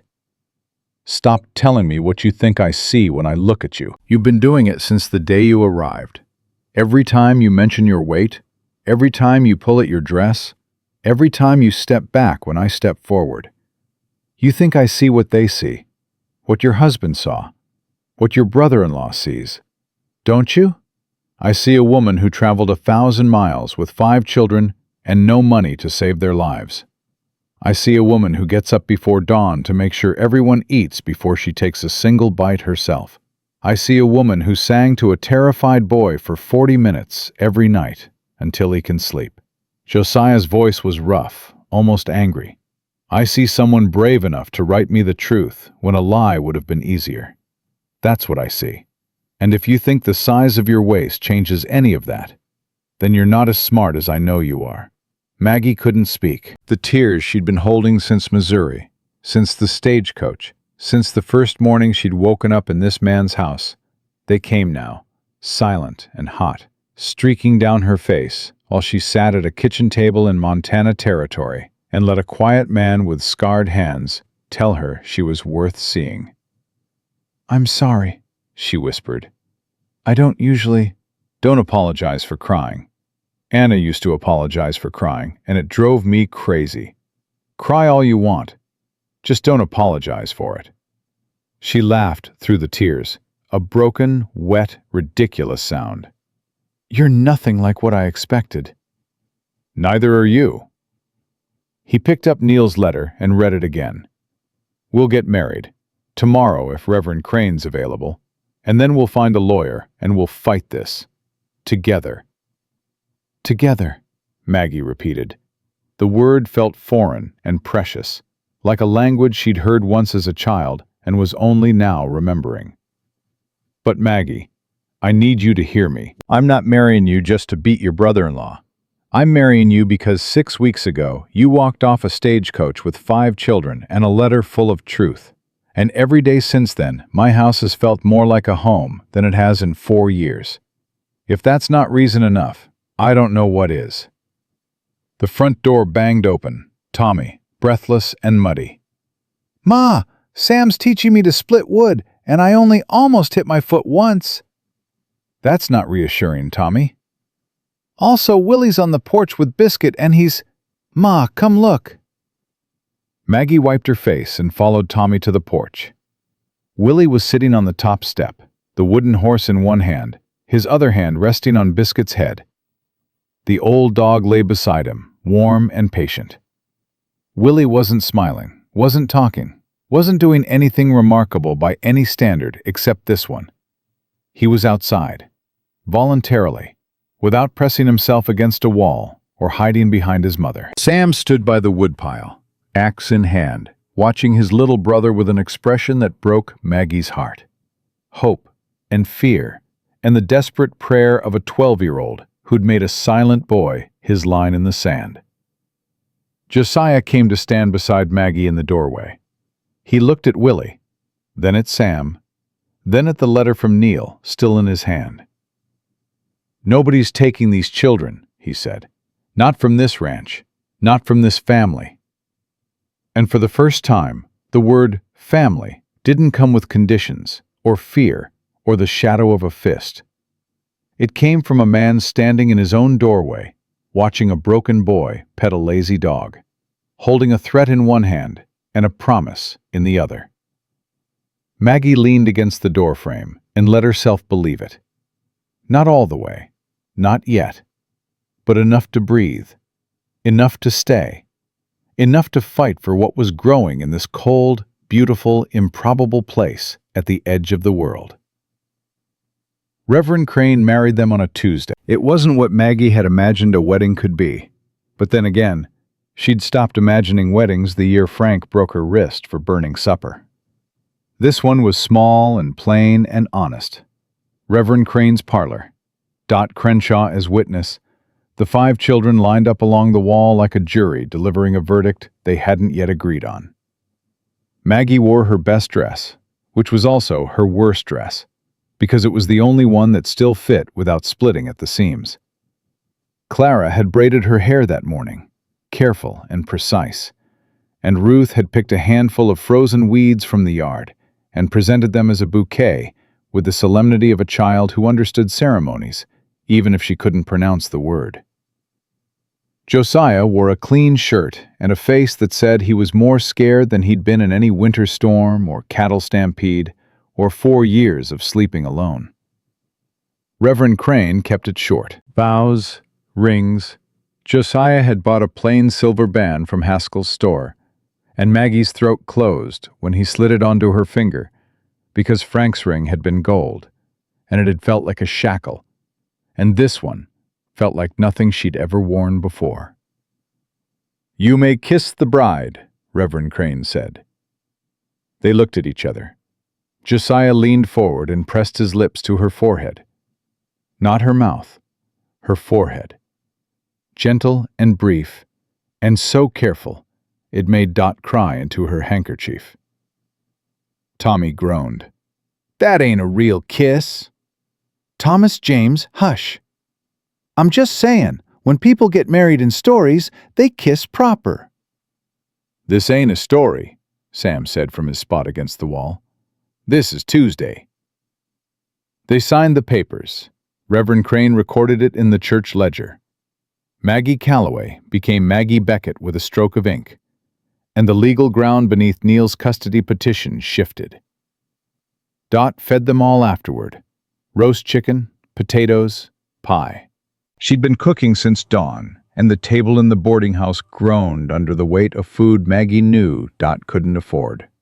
"You didn't have to do all this," Maggie said. "Hush.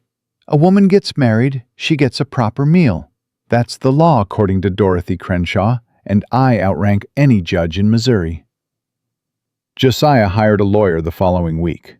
Arthur Pemberton, Esquire, operated out of a cramped office above the Elk Hollow Saloon and smelled permanently of pipe tobacco and legal precedent.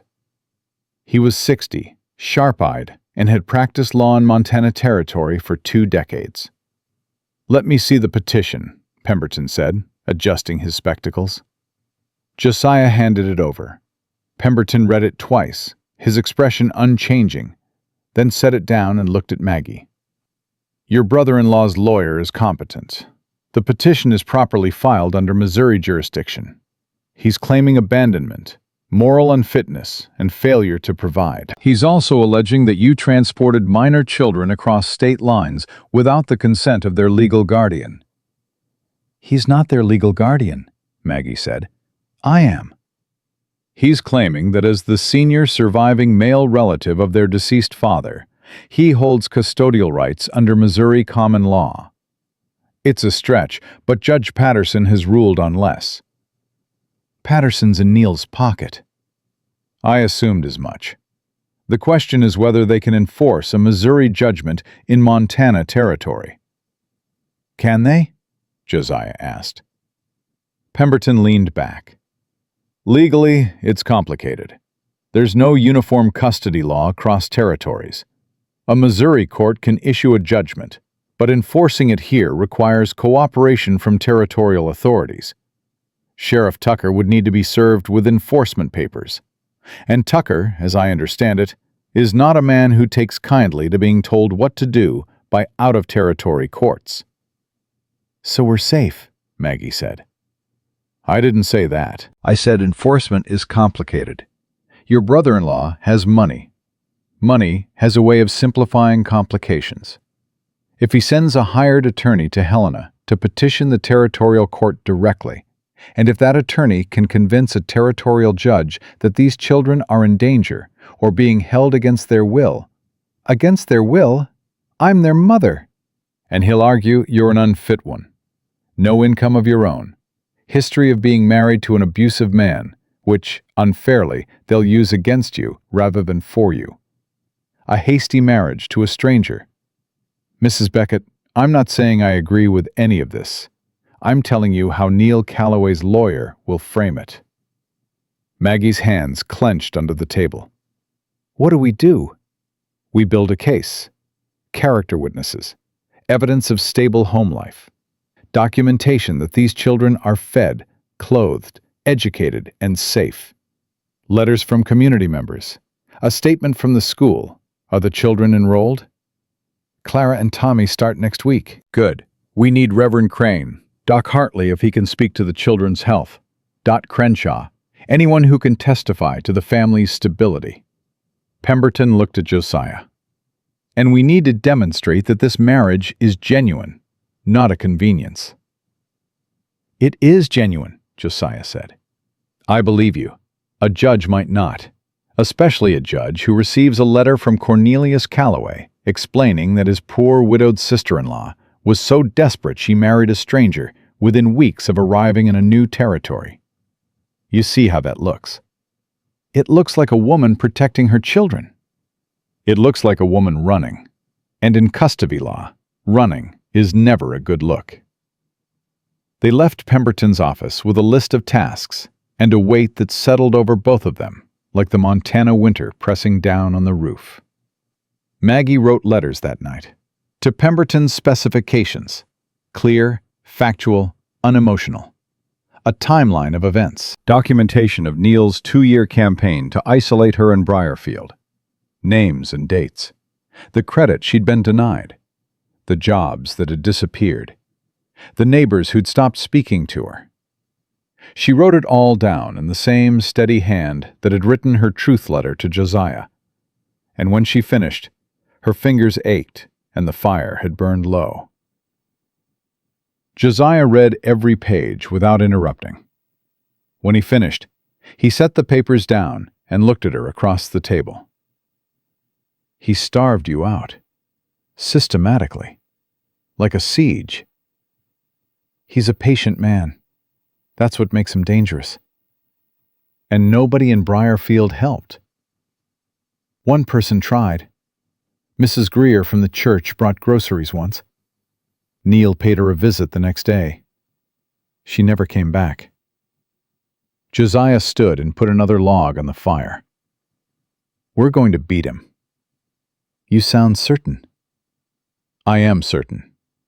Because he's fighting to own something, and we're fighting to keep something alive. Those aren't the same kind of fights. The weeks that followed were a strange combination of dread and domesticity. Maggie prepared for a legal war while simultaneously building the life that war was trying to destroy. Clara and Tommy enrolled at the Elk Hollow schoolhouse. Miss Adler sent home a note after the first week saying Clara was the most advanced reader she'd ever taught, and Tommy had gotten into 2 fights already, winning both. He didn't start them, Clara reported, with the careful neutrality of a diplomat.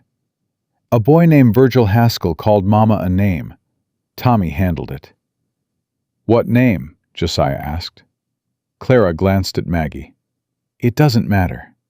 It matters to me. He called her Mr. Beckett's fat mail-order mistake. Tommy broke his nose. The table went silent. Sam's fork stopped moving. Tommy stared at his plate, defiant and ashamed at the same time. Tommy, Maggie started. I ain't sorry. He shouldn't have said it. Fighting doesn't fix what people say. It fixed what Virgil said. He hasn't said it since. Josiah pushed back from the table. Tommy, come with me. Am I in trouble? Just come. They went outside. Maggie watched through the window as Josiah knelt in front of Tommy. Knelt, the way he'd knelt the first day, bringing himself to the boy's level, and talked to him. She couldn't hear the words, but she saw Tommy's face change from defiance to surprise to something that looked like relief. And when they came back inside, Tommy's eyes were red, and Josiah's hand was on the boy's shoulder. Tommy and I had a talk, Josiah said. He understands that fighting comes with consequences. And I'm going to have a separate talk with Virgil Haskell's father about what comes out of his son's mouth. Josiah, you don't need to... Yeah, I do. His voice had that edge again, the authority voice. Those children carry my name now. Anybody in this town who has a problem with my wife or my family can bring it to me directly. My wife. My family. The words hit Maggie square in the chest. He'd said them without thinking, without performing, without the self-conscious awareness of a man trying out new vocabulary. He'd said them because he meant them. Sam looked up from his plate. You talked to Haskell's father? I will, tomorrow. What are you going to say? That his boy owes my wife an apology, and that if another word like that comes out of any Haskell's mouth, they'll be finding a new general store to run, because every rancher in this valley will hear about it. You can do that? The Becketts have been in this valley for 15 years. Haskells have been here for 3. Yes, I can do that. Sam was quiet for a moment. Then, good. It was the first time Sam had sided with Josiah on anything. The shift was small, barely visible, but Maggie felt it like a door opening in a room that had been sealed shut. The real crisis came 8 weeks after the wedding. Josiah went to town for supplies and came back with a face like stone. He waited until the children were in bed before telling her. Neil's lawyer isn't Helena. Maggie's blood went cold. How do you know? Pemberton got word from a colleague at the territorial court. An attorney named Whitfield, out of St. Louis, filed a motion 3 days ago requesting an emergency hearing on child welfare grounds. He's claiming the children are in imminent danger. Imminent danger? In what universe? In the universe where Neil Calloway wrote an affidavit saying you're mentally unstable, that your deceased husband's violence was provoked by your erratic behavior, and that you fled Missouri to avoid a lawful custody proceeding. He said I provoked Frank. Yes. He told a court that Frank hit me because I deserved it? Yes. Maggie stood up so fast the chair scraped across the floor. She walked to the window, pressed her forehead against the cold glass, and breathed. In, out. In, out. The anger was a living thing inside her, a creature with teeth and claws that she'd spent years learning to contain. Because letting it out meant giving Frank a reason, giving Neil ammunition, giving the world proof that she was exactly what they said she was, uncontrolled, unfit, too much. Maggie, don't. Not yet. I need a minute. Josiah waited. He stood by the table and waited, and that patience, that willingness to let her feel what she needed to feel without rushing her through it, was the thing that kept her from shattering. What does Pemberton say? She asked finally. He says the territorial court has to respond to the motion. There'll be a hearing in Helena. We'll need to appear. When? 3 weeks. And if we lose? Pemberton says we won't lose. The territorial judge is Thomas Caldwell. He's fair. He doesn't take kindly to out-of-territory lawyers trying to dictate Montana affairs. But we need everything in order. Witnesses, documentation, the children's testimony if they're willing. They're not testifying. I won't put them through that. Clara offered. Maggie turned from the window. What? She heard us talking on the porch last week. She came to me yesterday and said she'd testify. She said she's been writing everything down since Briarfield, and she has a record of every single thing Neil did. She's 10 years old. She's the smartest person in this house, and we both know it. Pemberton says a child's testimony can be powerful if the child is credible. Clara is the most credible person I've ever met. Because she's been preparing for this her whole life, preparing for the moment she'd need evidence. Maggie's voice broke. What kind of childhood is that? Keeping a journal because you know someday you'll need proof that the adults in your life were monsters? The kind of childhood that's going to save this family. Maggie sat back down. The fight drained out of her, replaced by something harder and colder. Resolve. Fine. We go to Helena. We bring Clara's journal. We bring Dot, Reverend Crane, anyone who'll speak for us. And we end this. There's one more thing. Josiah reached into his coat and pulled out a second envelope. This came with the legal notice. It's addressed to you, personally. She opened it. Neil's handwriting. She'd know it anywhere. Precise, controlled. The penmanship of a man who believed presentation was everything. What does he say? Josiah asked. Maggie read aloud, her voice flat and steady. Margaret, this charade has gone on long enough. You can end this quietly by returning with the children before the hearing. I will not press charges for the removal of my brother's children from Missouri. You will be provided a room in my home and adequate support in exchange for the children's care and upbringing under my supervision. This is a generous offer. I suggest you take it. Cornelius. Generous, Josiah said. That's Neil. He always thinks the cage he builds is a gift. And the part about not pressing charges? A threat wrapped in mercy. His specialty. Maggie folded the letter and set it on the table. I want to burn this. Then burn it. She held the letter over the candle flame and watched it catch. The edges curled, blackened, disintegrated. Neil's careful handwriting dissolved into ash, and Maggie watched every word disappear with a satisfaction that felt holy. "We're going to Helena," she said, "and we're going to stand in front of that judge and tell the truth about what Neil Calloway is and what he's done. And if Clara wants to testify, I won't stop her, because she's been carrying that journal like a weapon for 2 years, and it's time she got to use it." Josiah reached across the table and covered her hand with his. It was the first time he'd touched her since the kiss on her forehead at the wedding. His hand was warm and rough and steady. "Whatever happens in Helena," he said, "we face it together. That's the deal. That's the deal." From the hallway, a small sound. Maggie turned. Willie stood in the doorway, barefoot, the wooden horse pressed against his chest. His eyes were wide and dark and fixed on their joined hands. "Willie, baby, you should be in bed." Willie didn't move. He looked at Josiah's hand on Maggie's, and his face did something it hadn't done in months. It softened. The rigid mask of terror eased, just slightly, just enough, as if the sight of a man touching his mother gently instead of violently was rewriting something deep inside him.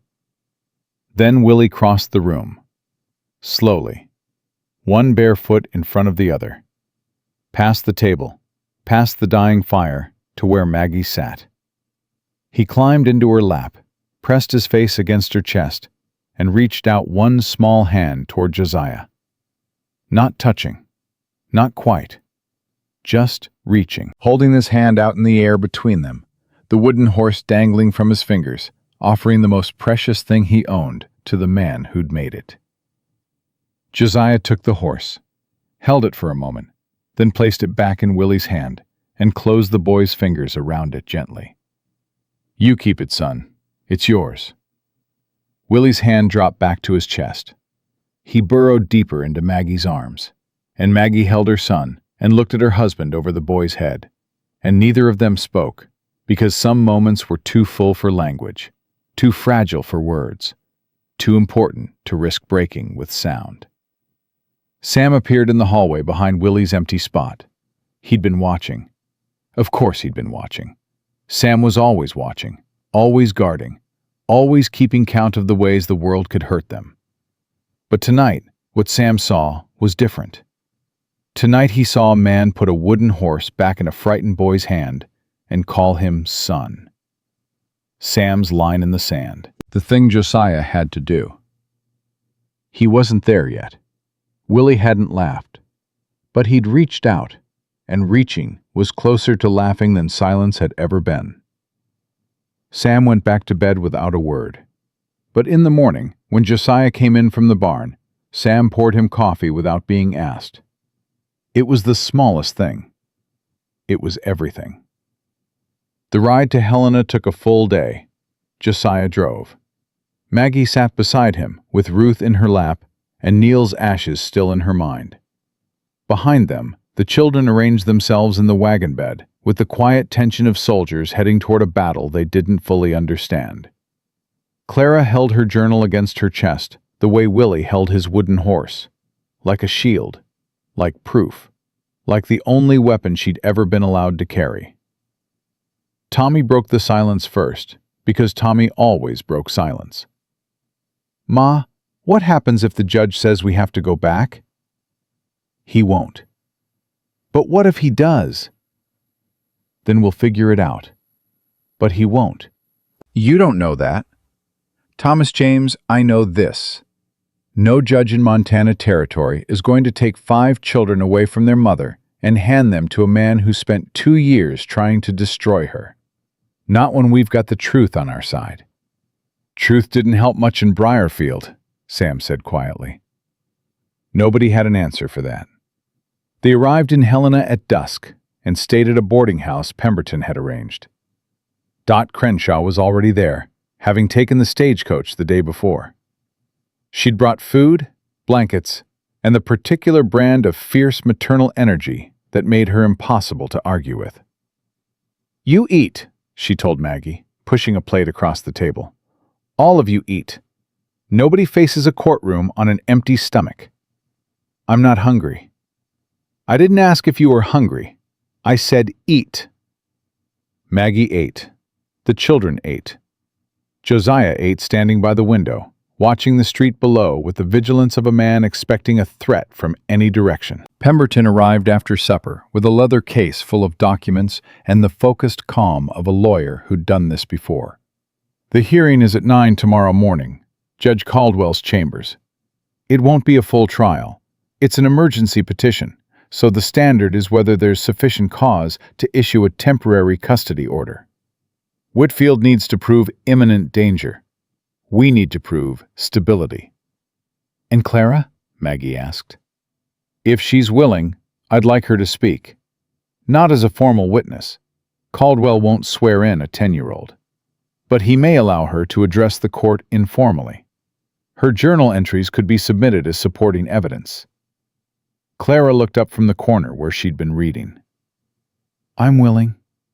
"Clara, you don't have to." "Mama, I've been writing this down for 2 years. Every time Uncle Neil came to the house. Every time he talked to the sheriff. Every time someone in town stopped selling to us. I wrote the dates and the names and exactly what happened."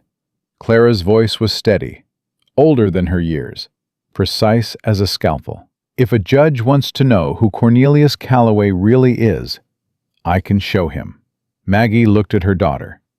This extraordinary, terrifying 10-year-old girl who turned a journal into a fortress, and felt pride and grief in equal measure. Pride that Clara was this strong, grief that she'd had to be. "All right," Maggie said. "All right." The courtroom was smaller than Maggie expected. A desk, not a bench. Chairs, not pews. Judge Thomas Caldwell was a lean man in his 60s, with white hair and eyes that moved slowly, but missed nothing. Neil wasn't there. His lawyer was, Harrison Whitfield, polished and sharp in a suit that cost more than Josiah's ranch made in a month. He sat behind a table stacked with papers, and beside him sat a woman Maggie didn't recognize. Thin, well-dressed, holding a handkerchief as though prepared to cry on cue. "Who is that?" Maggie whispered to Pemberton. "I'll find out." Judge Caldwell called the hearing to order. Whitfield spoke first, smooth and practiced, laying out Neil's case with the precision of a man who'd rehearsed every word. Margaret Calloway Beckett, he used her full name like an accusation, had removed 5 minor children from the state of Missouri without the knowledge or consent of their closest paternal relative. She had entered into a hasty marriage with a stranger to create the appearance of stability. The children's deceased father had been a respected member of the Briarfield community, and his brother, Cornelius Calloway, sought only to ensure their welfare. "And the woman beside you?"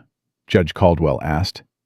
"Mrs. Eleanor Briggs, Your Honor, a neighbor from Briarfield who has known the family for years and can attest to Mr. Calloway's character and Mrs. Beckett's erratic behavior." Maggie's stomach dropped. Eleanor Briggs. She knew that name. Eleanor had lived 3 houses down in Briarfield, had heard Frank shouting through the walls on winter nights, had never once knocked on the door. Pemberton stood. "Your Honor, we'd like to present our response." "Go ahead." Pemberton was methodical, where Whitfield was theatrical. He presented the marriage certificate, Josiah's property records, a letter from Miss Adler confirming Clara and Tommy's enrollment and academic progress, a letter from Reverend Crane attesting to the family's church attendance and community integration, a letter from Doc Hartley noting the children's improved health since arriving in Montana, a statement from Sheriff Tucker confirming no complaints, no incidents, no concerns. "And, Your Honor, we have one additional piece of evidence." Pemberton placed Clara's journal on the desk. A contemporaneous record kept by Clara Calloway, age 10, documenting a 2-year pattern of harassment economic isolation, and coercion by the petitioner, Cornelius Calloway, directed at her mother. Whitfield objected. A child's diary is hardly admissible evidence. This isn't a trial, Mr. Whitfield. It's an emergency hearing, and I'll consider whatever I find relevant. Judge Caldwell picked up the journal and opened it. The room went quiet. Caldwell read for 5 minutes. 10. His face didn't change, but his eyes did. They hardened with every page, and Maggie saw his jaw tighten twice. This child recorded dates, Caldwell said. Yes, Your Honor, Pemberton confirmed. Names of individuals who refused service to her mother at Mr. Calloway's instruction. Yes.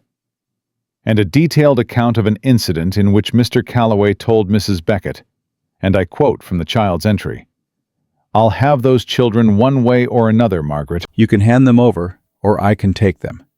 Either way, you lose." That is correct, Your Honor. Caldwell closed the journal. He looked at Whitfield. Your client threatened to take these children from their mother. Your Honor, the interpretation of a 10-year-old is remarkably clear and consistent across 2 years of entries. I've read enough. Caldwell turned to Maggie. Mrs. Beckett, I'd like to hear from you directly. Maggie stood. Her legs were unsteady, but her voice wasn't. Your Honor, I left Briarfield because my brother-in-law gave me no choice. He cut off my credit. He turned my neighbors against me. He filed a custody petition with a judge he controls. He told me to my face that he would take my children. The only option he gave me was a mail-order arrangement to a man I'd never met. And even that was designed to fail. He sent a photograph 10 years old and didn't mention I had 5 children. He expected the man to reject me. He wanted me to fail so he could prove I was unfit. And the man didn't reject you. No, Your Honor, he didn't. That man is your husband now. Yes. And your children, are they safe? They are safe. They are fed, they are clothed, they are in school, and they are healing from years of living in a house where their father used his fists and their uncle used the law as weapons. For the first time in their lives, my children are in a home where nobody hurts them. I am asking this court to let them stay there. Caldwell nodded slowly. Mr. Whitfield, I'd like to hear from your character witness. Eleanor Briggs took the chair. She was nervous. Maggie could see it in the way her fingers twisted the handkerchief. And she recited what was clearly a prepared statement about Neil Calloway's generosity, his concern for his late brother's children, his standing in the community. Pemberton stood for cross-examination. Mrs. Briggs, you lived 3 houses from the Calloway residence in Briarfield. Is that correct? Yes. And during that time, were you ever aware of violence in the Calloway home? Eleanor's eyes darted to Whitfield. Every marriage has difficulties. Mrs. Briggs, did you ever hear Frank Calloway striking his wife? I can't say for certain what Mrs. Briggs, let me make this simple. Did you, at any point during the years Margaret Calloway lived 3 houses from you, hear screaming, shouting, or sounds of physical violence coming from that home? Eleanor's composure cracked. The handkerchief tore in her hands. Yes, I heard things. And did you ever intervene, call the sheriff, offer assistance? Neil said, Mr. Calloway said it was a family matter. He said they were handling it. And by handling it, you mean he allowed his brother to continue beating his wife while he positioned himself to take her children when the time was right? Objection, Whitfield said. Withdrawn. Pemberton sat down. He didn't need to say anything else. Eleanor Briggs had said it all. Judge Caldwell took 15 minutes to deliberate. 15 minutes in which Maggie sat between Josiah and Dot, with her hands clasped so tight her knuckles were white, and her wedding ring bit into her skin. Josiah's hand found hers under the table and held it, and she let him, because whatever happened next, she was not facing it alone. Caldwell returned. He sat behind his desk and looked at Whitfield first. "Mr. Whitfield, I'm going to deny your client's petition. I'm also going to issue a formal finding that this petition was filed in bad faith, based on a pattern of coercion and harassment documented by a 10-year-old child with more integrity than anyone else in this proceeding. I'm directing that this finding be transmitted to the Briarfield County Court, with a recommendation that any pending custody action by Cornelius Calloway be dismissed with prejudice." Whitfield started to object. Caldwell raised a hand. "I'm not finished. I'm further ordering that Cornelius Calloway have no contact with these children or their mother unless expressly requested by Mrs. Beckett. Any violation of this order will be treated as contempt of this court and subject to territorial enforcement. Are we clear?" "Your Honor, my client has rights as a family." "Your client has the right to stay in Missouri and leave this family in peace. That is the full extent of his rights as I see them. This hearing is adjourned." The gavel came down. Maggie didn't move. Couldn't move. The sound echoed in her chest like a second heartbeat, and for a moment she was back in Briarfield, kneeling on a kitchen floor while Neil pulled Ruth from her arms. And the distance between that woman and this one, the woman sitting in a Montana courtroom with a husband beside her and a judge's protection over her, was so vast she couldn't breathe. "Mama," Clara's voice, calm, precise, certain. "We won. We won, baby." "I know. I'm going to write it down." Dot was crying openly. Tommy was whooping loud enough to draw a reprimand from the bailiff. Sam stood against the wall with his arms crossed, and for the first time in as long as Maggie could remember, the tension in his shoulders was gone. Josiah pulled Maggie to her feet. "Let's go home." Home. The ranch. The house that had been a bachelor's tomb 3 months ago and was now the loudest, messiest, most alive place in the Montana Territory. They drove back in the afternoon light, and the wagon was louder than it had ever been. Tommy couldn't stop talking. Clara read her journal entries to Ruth, who understood none of it and clapped at everything. Sam sat beside Josiah on the wagon seat, beside him, not behind him, and asked questions about spring calving and fence repair and things that had nothing to do with the hearing and everything to do with a boy deciding to invest in a future he finally believed he'd have. They reached the ranch at twilight. Tommy was asleep against Sam's shoulder. Ruth was in Maggie's arms. Clara walked toward the house, already writing. Willie stood in the wagon bed, holding his wooden horse, looking at the ranch in the fading light. Josiah lifted him down, and Willie let him. No flinch, no scream. Just a small boy allowing a large man to hold him for 3 seconds before setting him on the ground. Josiah's hands trembled when he let go. That night, after supper, after the children were in bed, after the fire was low and the house was quiet, Maggie sat on the porch in the cold and cried. Not from sadness, not from relief, from the pure, overwhelming weight of a life that had changed so completely she couldn't recognize the shape of it anymore.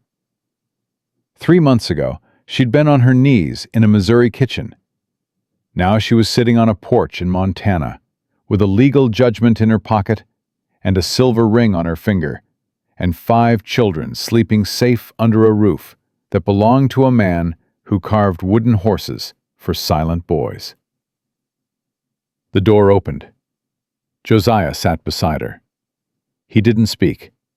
He sat in the cold and let her cry. And when she was done, he handed her his handkerchief. "I ruined your handkerchief," she said. "I've got others." "Josiah." "Maggie." "I need to say something, and I need you to let me finish before you respond." "All right." I came here expecting nothing. I came here expecting a man who'd look at me and see what every man has always seen. Too much body, too many children, too much trouble.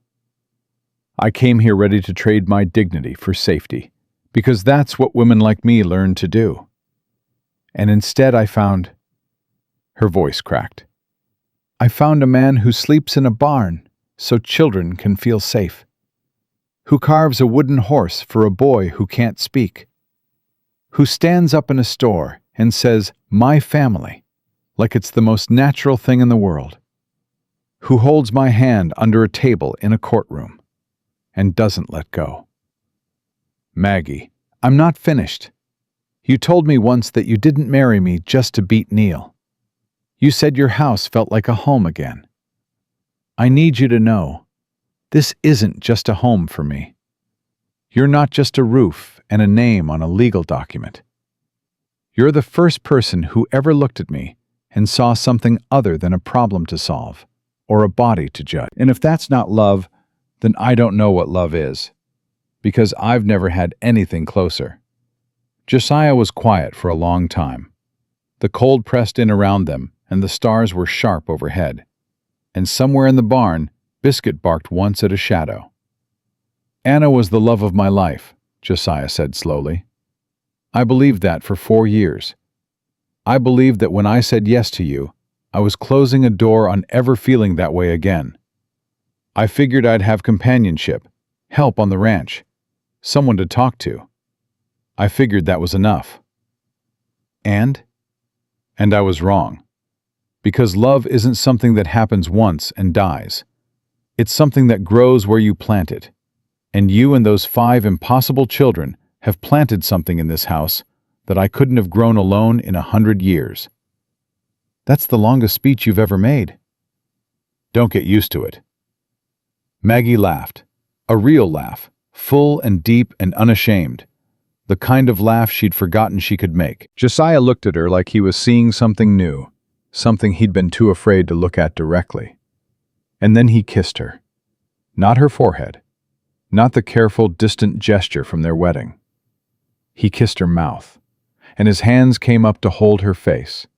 And Maggie kissed him back with everything she had. All the years of holding herself together. All the months of hoping. All the fear and the fury and the fierce, stubborn love that had carried her across 1,000 miles to this porch in the cold.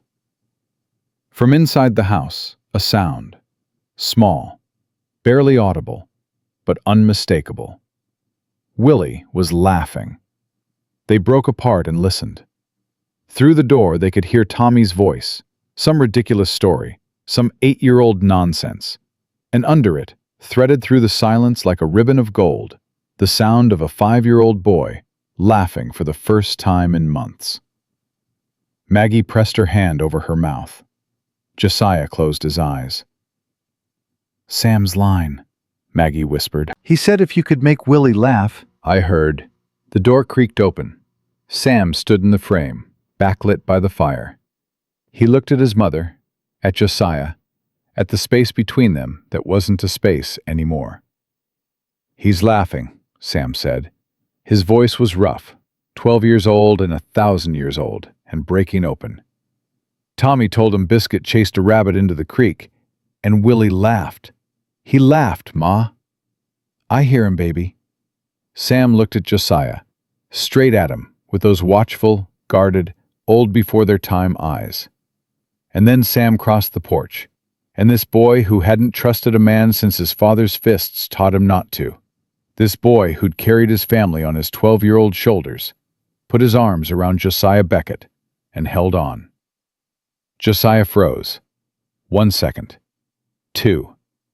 Then his arms came up and he held the boy, and Maggie watched her son let go of a weight he'd been carrying since he was old enough to stand between his mother and his father's rage. "Thank you," Sam whispered, "for all of it."